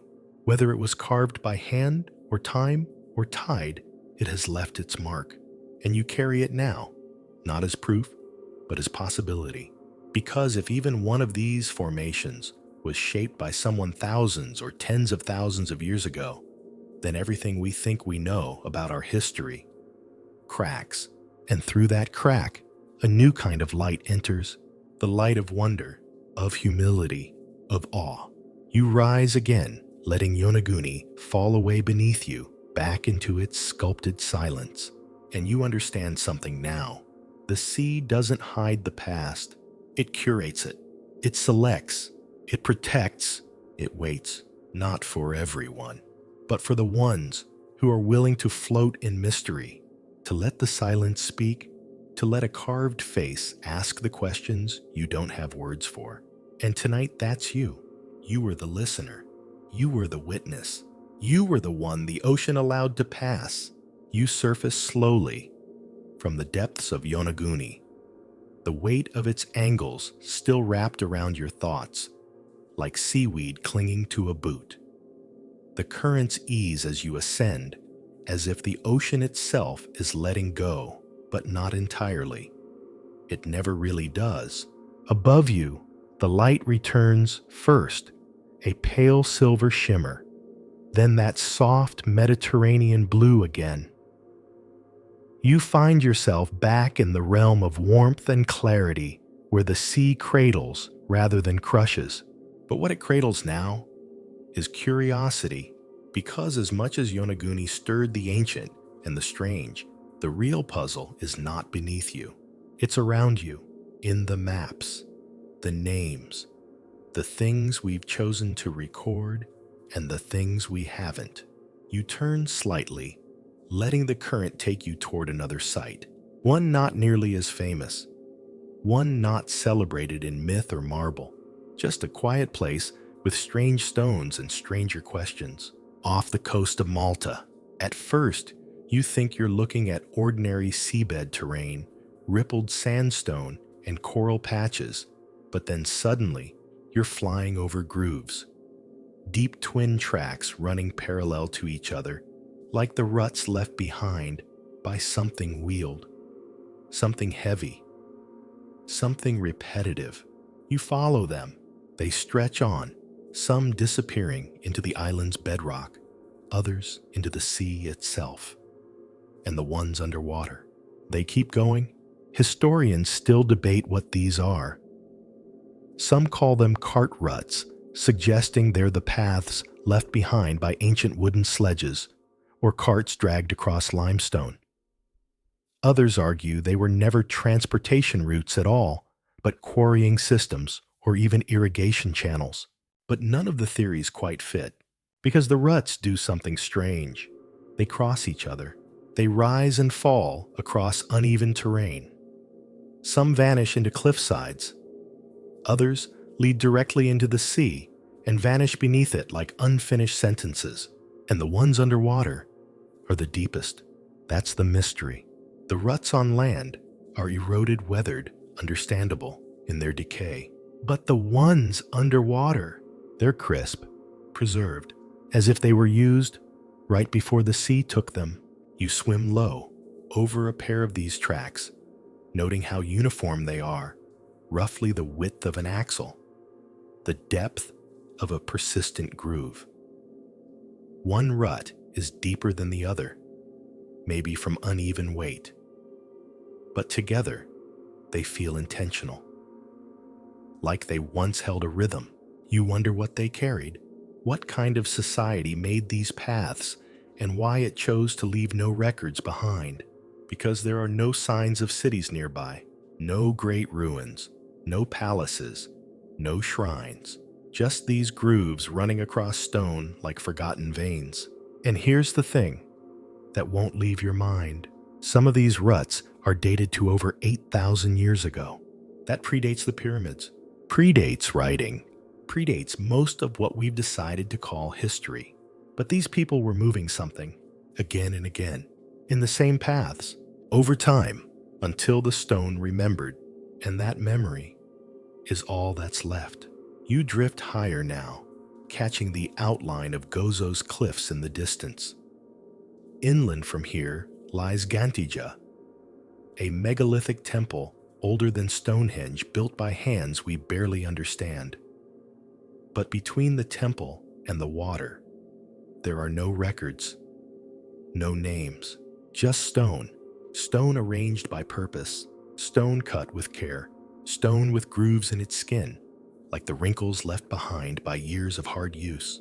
You wonder who walked these tracks, what they looked like, how they spoke, what they carried, and why they stopped. You think again of the sea, not as destroyer, but as curtain, one that keeps drawing closed over stories, just as they're getting interesting. You follow the ruts out to sea, letting the stone paths guide you like rails. They're deeper now, too deep for erosion to explain. Some curve gently, some fork like choices made long ago, but all of them end the same way, beneath water, beneath time, beneath memory. And there it is again, the idea you've carried since Atlantis first whispered its name. What if there was a chapter before the first chapter, a version of humanity we don't know how to read, not because it didn't exist, but because it didn't survive? Or worse, because we stopped looking for it. You pass over a junction in the grooves, a place where four ruts meet like an intersection. You picture carts crossing here, a hub, a path of commerce or ritual, or maybe something more symbolic. You feel a chill, not from the water, but from the realization that this site, so full of movement, is now utterly still. Everything that passed here is gone. The weight, the labor, the voices, but the grooves remain. And that somehow is louder than any monument. Because anyone can build something to last. But to wear a path into the earth itself, that takes time. Time measured not in stones, but in steps, in repetition, in devotion. You drift upward again, letting the grooves vanish beneath layers of light and sea. You don't need to follow every track. You only needed to follow one, and now that path is part of you. Because the real legacy of places like this isn't in what we can prove.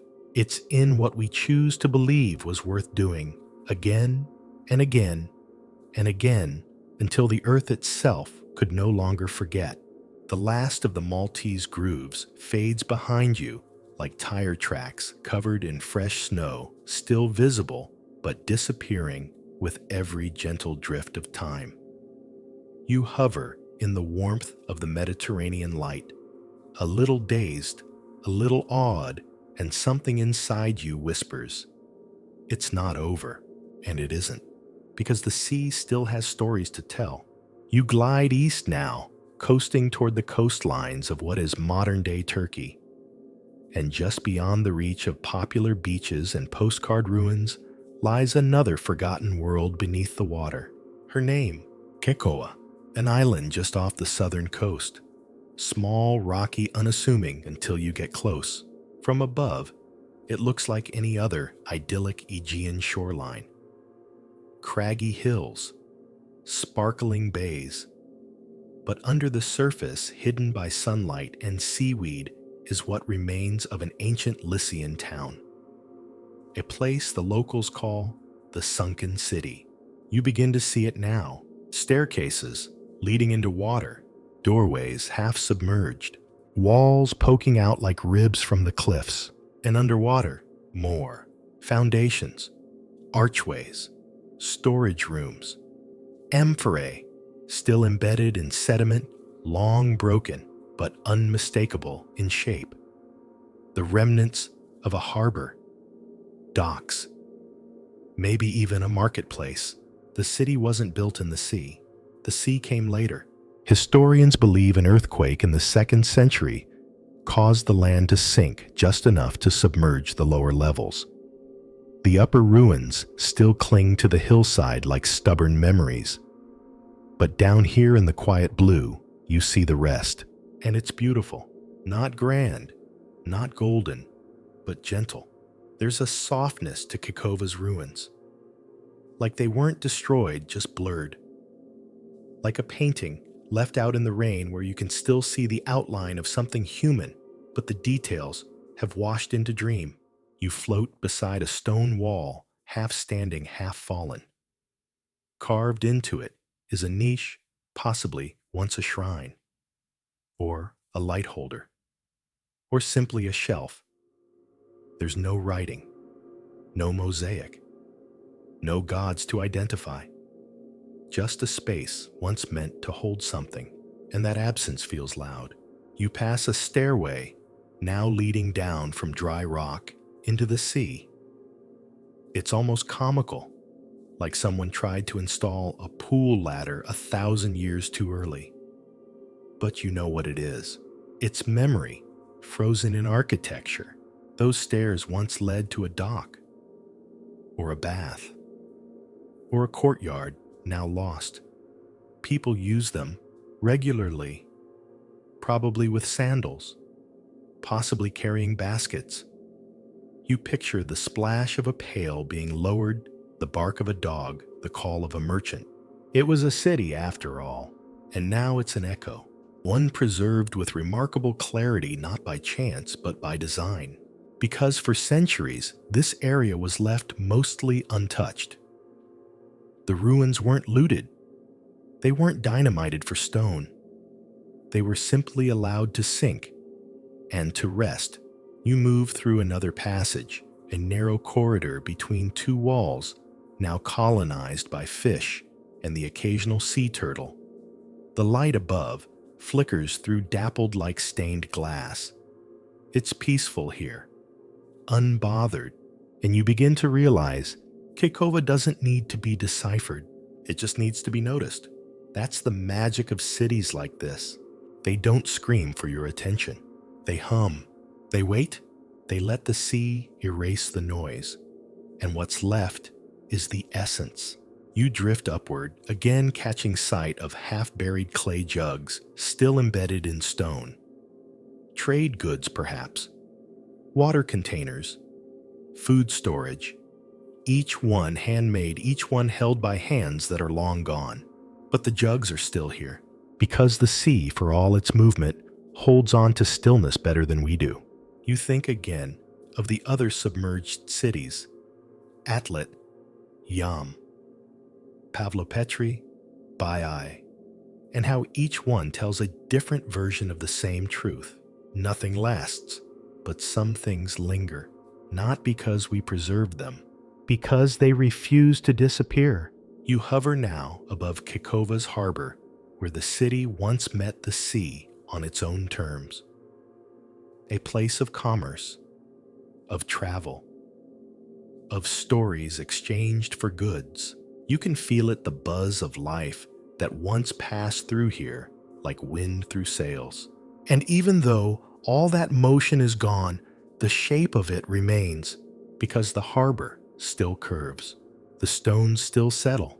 The sea, though it rose, did not erase it archived. And you're the reader. You're the one who opened the book long shut. You look down at the submerged ruins and realize that every stair, every jug, every carved ledge is a sentence in a language you don't speak, but somehow understand. Because cities like Kikova weren't built for fame. They were built for function. And when the water came, they didn't fight it.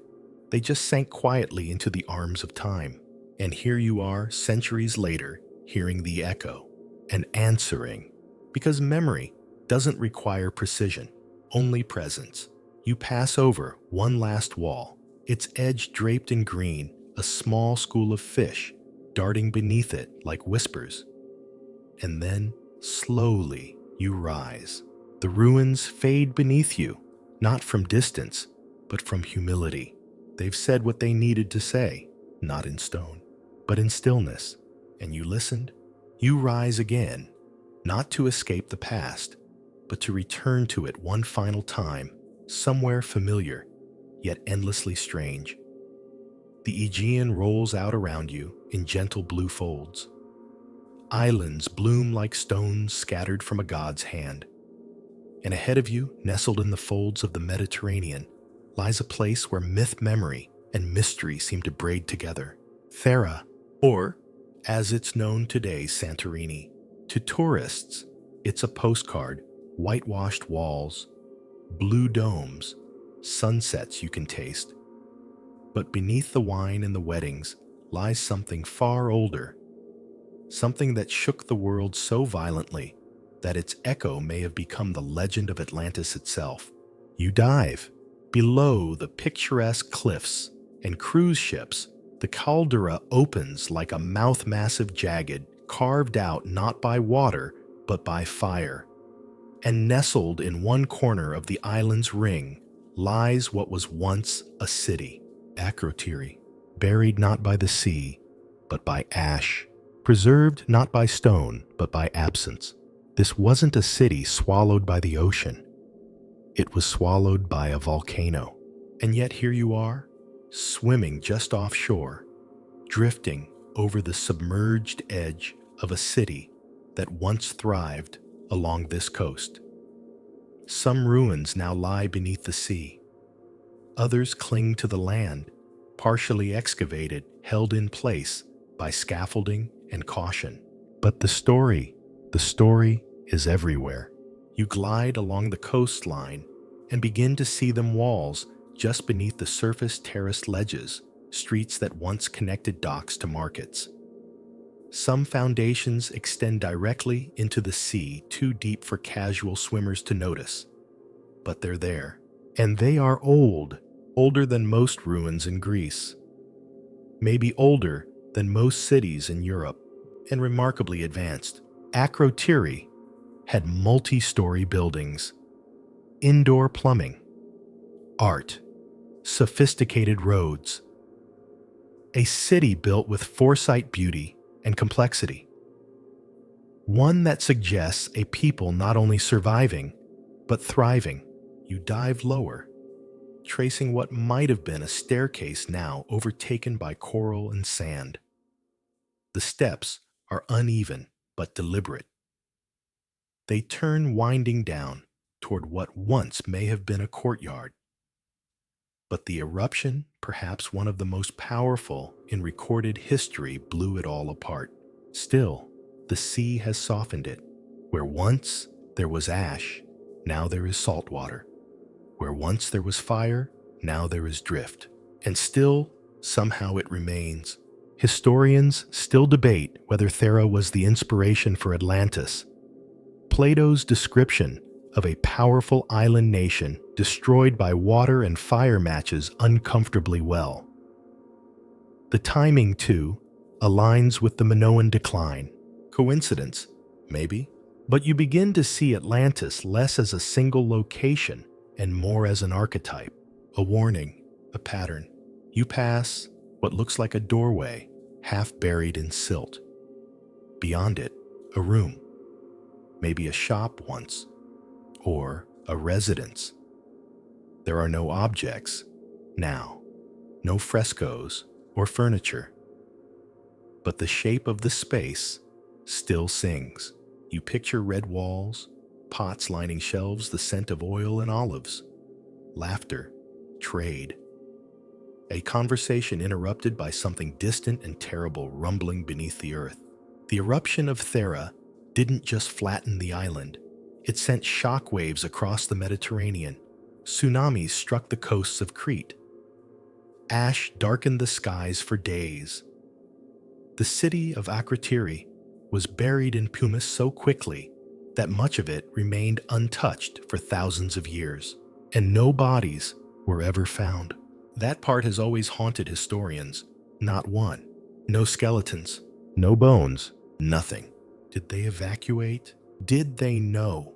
Did the earth warn them in time?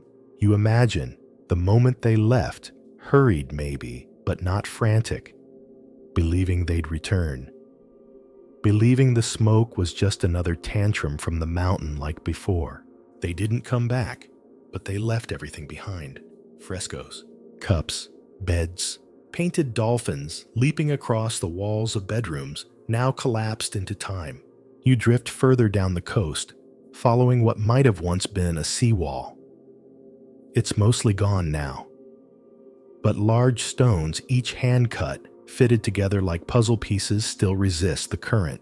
You think about how much effort went into building this place, the care, the vision, and how quickly nature reminded them that no vision is too grand to fall. But Akrotiri didn't vanish in shame. It was frozen, not a ruin, but a pause. And now underwater, half visible from above, it pulses with the same lesson you've heard whispered from every city the sea has shown you. Everything ends, but not everything is erased. Some things wait. You pass a stretch of seabed scattered with pottery shards. Nothing valuable. No gold, just broken handles. Jar necks. Things that once held wine or grain or hope. And you think this is what survives. Not the monuments, not the myths, but the moments. You swim up along the slope of the caldera, now rising toward light. The water clears and the city disappears behind you again. But this time you feel it differently. Akrotiri didn't drown. It was silenced. And silence, when preserved long enough, becomes sacred. You hover in the sunlit shallows, feeling the warmth return to your limbs. Below, the city sleeps. And maybe it always will. But maybe that's the point. It's not waiting to be revived. It's reminding you that even fire and water working together cannot destroy everything. Not memory, not meaning, not the echo of footsteps on stairs now gone. Because Akrotiri was never about Atlantis. It was about what comes after Atlantis. The rebuilding, the remembering, the rising, even when you know it might all fall again. And still you build, and still you dream, and still you swim. You leave the caldera behind the slope of Thera, fading into shadow as the sea deepens once more. The light ripples across your shoulders, and for a moment, you feel the warmth of the surface again. But you're not done, not yet. One last current pulls at your body, a gentle insistence. Eastward now, toward India. You cross from the Mediterranean into warmer, denser waters, the Arabian Sea. The sun shifts above you, different in tone, now almost syrupy. And beneath you, stretching out in long, linear shadows, just off the coast of Gujarat, lies something impossible. The lost city of Dwarka. You've heard the name before. Maybe in myth. Maybe in passing. But here underwater, Dwarka stops being legend and becomes suggestion. You glide low, and there it is. A line of rectangular stone blocks, perfectly arranged, too uniform to be coincidence. Behind them, more.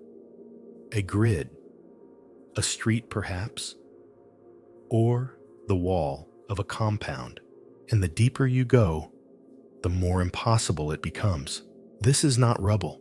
It's architecture. The city of Dwarka, if it truly lies beneath this water, predates much of India's known history. Some argue it matches descriptions from the Mahabharata, where Krishna's golden city stood until it was swallowed by the sea.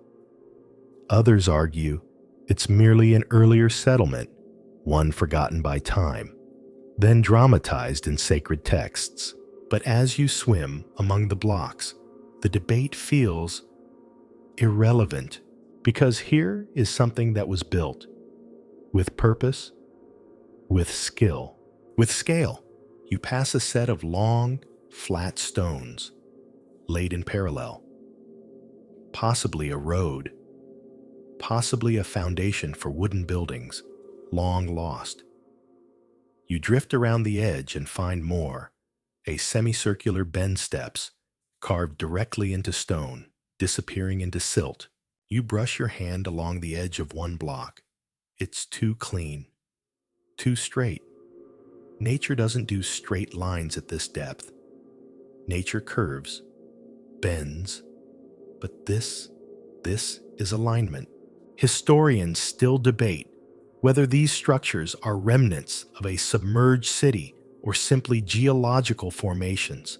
But then how many coincidences make a fact? You swim further inland, if you can call it that, underwater, and the city begins to feel real. Not just because of the blocks, but because of the layout. The structures aren't clustered. They're organized, spaced, thoughtfully arranged, and that thought echoes. You pass another stepped platform. It looks like a ghat, one of those riverfront staircases you see along sacred rivers in India. A place for prayer, for ritual cleansing, for goodbye and rebirth. And you wonder, did this function the same way? Did people descend here with flowers in their hands? Did they sing? Did they weep? You hover above the platform. Your breath slows. You can almost hear it, a faint vibration in the water, like a chant long faded, but still somehow pulsing beneath the silt. You think of the legend, how Krishna's city was so beautiful, the gods grew jealous, how it shone with gold and light, how the sea rose, not in vengeance, but in necessity to return something too perfect back to the earth. You think maybe that's just a metaphor, or maybe it's what happens when stories try to hold on to cities. Because cities don't vanish cleanly, they dissolve. And in that dissolving myth grows. You rise now, just enough to catch sight of a long avenue of broken walls, some only a few feet high. There are circular impressions in the stone, possibly pillar bases, possibly altars, or simply the footprint of wooden beams, long since turned to silt. But they tell you the same thing: this place mattered. You pass over a square chamber, a courtyard maybe. One edge has partially collapsed, but the other three still hold their lines. In the center, a depression. Once a well, a ritual pool. A city that doesn't want to be forgotten never is. Even if it disappears, The idea of it refuses to drown. And that's what you feel here. Not just a ruin, a memory with shape. Dwarka was rediscovered not through legend, but through sonar. In 2000, Indian marine scientists, scanning the seabed off the Gulf of Kumbat, found structures at depths of 30 meters. Blocks, walls, roads, artifacts, pottery. Wood samples dated to nearly 9,000 years ago, older than any known civilization on the subcontinent, older than Sumer, older than Egypt, older than the idea of writing, and yet here it is, laid out in grids, straight roads, even spacing. Who were they? Where did they go? Why did no one remember? Historians still debate whether it truly was a city, whether it was ever part of Dwarka at all. But none of them deny this something was here. Something complex. Something that knew how to build. And when the sea came, it didn't rage. It absorbed. You swim back along the central corridor now, just a path of stones, letting your hands trail the top edge of a half-buried wall. The coral is minimal here. The growth sparse, almost as if the sea decided not to cover it completely. As if some part of it wanted to remain visible, traceable. You rise slowly, letting the water warm again as you ascend. Beneath you lies a city still being born, in reverse, emerging from forgetting piece by piece. The truth of Dwarka may never be confirmed, but the stones are real, and stones do not lie. They hold shape when stories falter. They keep silence when voices fade. And sometimes, if you're quiet enough, they tell you everything. You look back once, just once. And in that single glance, some cities were never meant to last forever. They were meant to last just long enough to leave behind the idea that they could have been. And maybe that's more enduring than anything built to last. The water is calm again. Warm, forgiving, no longer pulling you toward mystery, just letting you float. You've surfaced from Dwarka's impossible memory, but your mind hasn't caught up. It's still drifting between temples, terraces, steps that lead into nothing. Between questions with no answers. Between civilizations that were never supposed to exist. And still something inside you whispers there's more. There's always more. But for now, the current slows. You find yourself floating over a shallow bay, the kind that looks harmless, inviting even. The kind of place people swim in without knowing that just beneath their feet, history is exhaling. Below you, a strange pattern emerges, circular stones arranged in neat rings. At first, you think they're natural, another trick of coral or erosion. But the longer you stare, the clearer it becomes. This was built, you're off the coast of Yonaguni again, but not the famous monument this time. A lesser-known formation. Possibly another part of the same structure. Possibly something entirely separate. But it doesn't matter. What matters is the ring is perfect. A circle of stones, each one too large to move by accident, too uniform to be coincidence. A meeting place, an observatory, an altar, you don't know, but you feel something in your chest. Not fear, not awe, just attention. You sink closer. The circle holds space like a breath. In its center, a flat disc, larger than the others. A table, a dais, a symbol. Historians still debate the purpose of such formations. There are similar ones found in megalithic cultures around the world, from Göbekli Tepe in Turkey to Nabta Playa in Egypt. Circles that predate logic, that suggest organization, ritual, memory. But how did this one end up here? And why has no one noticed? You reach out, letting your fingers skim the outer stones. They're covered in soft moss and algae, but the shape remains. even in the water's distortion, the geometry is undeniable. And that's when it hits you. The sea has edited the past, not destroyed it, not hidden it, just edited. Blurred certain lines, brightened others, erased the captions but kept the images. And it's left them here for someone to find like loose pages of an ancient book. You rise, slowly circling the ring from above, and suddenly you can see it all. The monument at Yonaguni, the temples of Baiai, the neighborhoods of Pavlopetri, the fire-hardened steps of Akrotiri, the carved avenues of Dwarka, the patient guardians at Shicheng, all of them different, all of them repeating the same quiet sentence. We were here, and now so are you. You're not an explorer anymore. You're not a diver. You're not even a historian. You're something else entirely. You're a witness, not to greatness, not to disaster, but to continuity. You begin to understand the sea not as a separator, but as a binder. The ocean is the thread that connects all these sunken places, not in mythology, but in material, in salt, in stone, in memory. You think again of the stories you've been told, the myths of cities punished for pride, kings drowned by the gods, towers shattered by hubris.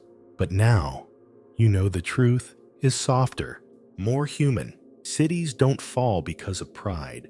They fall because time moves, because the earth tilts, because the sea doesn't care if you built your walls with marble or mud. Everything goes under eventually, but that doesn't mean it disappears. Somewhere beneath the silt and sediment, it waits until someone cares enough to look. You float in the quiet now, and for a moment you realize something profound. You're not mourning these cities. You're thanking them for surviving, for lingering, for telling their stories not through loud monuments, but through subtle clues, through alignment, through grooves, through the refusal to vanish completely. They left just enough, and you were quiet enough to listen. That's what this journey has been. Not a dive into ruins, but a conversation, not with the dead, but with time. You close your eyes for a moment, still drifting, and you hear them, all of them, not with ears, but with breath. A rhythm, a chant, not of words, just of presence. You open your eyes. The circle is fading now, beneath you. As the light shifts, the tide rises just a little. The sea, it seems, is ready to tuck the story away again. But you've seen it. You remember, and that means it will never fully disappear. You start to swim back toward shore. You feel the pull of land, of gravity of air. But you're not returning empty-handed. You carry the image of submerged stairs leading nowhere, the hush of underwater streets, the warmth of a buried courtyard still waiting for someone to laugh again, and perhaps most importantly, the understanding that civilization is not a straight line. It's a wave, rising, falling, and rising again, each time forgetting just a little more, each time leaving behind stones that still hum with meaning. You reach the surface now. The sun warms your face. The breeze kisses your cheek. And the sea. The sea doesn't say goodbye. It never does. It just folds itself back around the secret and waits for the next dreamer to come looking. You're back on land now. The salt still clings to your skin, the taste of the ocean memory still lingering on your lips. But your thoughts, they're somewhere else. Still sunken, still adrift. 30 cities, 30 ruins, 30 whispers from beneath the sea. You walk the broken courtyards of Akrotiri, where painted dolphins once danced across crimson walls. You traced your fingers along the stone hooks of Shicheng, where lanterns once flickered in steam-lit rooms. You wandered through the silence of Atlit Yam, where a mother still holds her child after 8,000 years. And through it all, the sea never shouted. It murmured. It pressed history gently into the seabed, like a fingerprint into wet clay. You didn't just explore ruins, you listened. You felt. You remembered for those who cannot. You learned that not all cities fall with fire. Some bow with grace. That history is not always written. It's carved into stone, etched into grooves, sunk beneath tides, that not every story is meant to be solved. Some are meant to be held, in stillness, in reverence, in wonder. You learned that civilizations don't just vanish, they shift. That the sea isn't just a grave, it's a library, one with no catalog, one that keeps its doors open only for the quietest of readers. And you were quiet. You moved slowly. You touched gently. You didn't demand answers, you accepted echoes. And the sea in return showed you things it rarely shows. Not because you were special, but because you were still. So now, as you pull the blanket higher, as the fan hums in the dark, as your eyes begin to close, carry this one final thought. There are cities out there right now, still holding their breath, beneath the Pacific, beneath the Arctic, beneath places no sonar has mapped, still waiting, still patient, still whispering into the dark, we were here. And now, because you listened, so are you.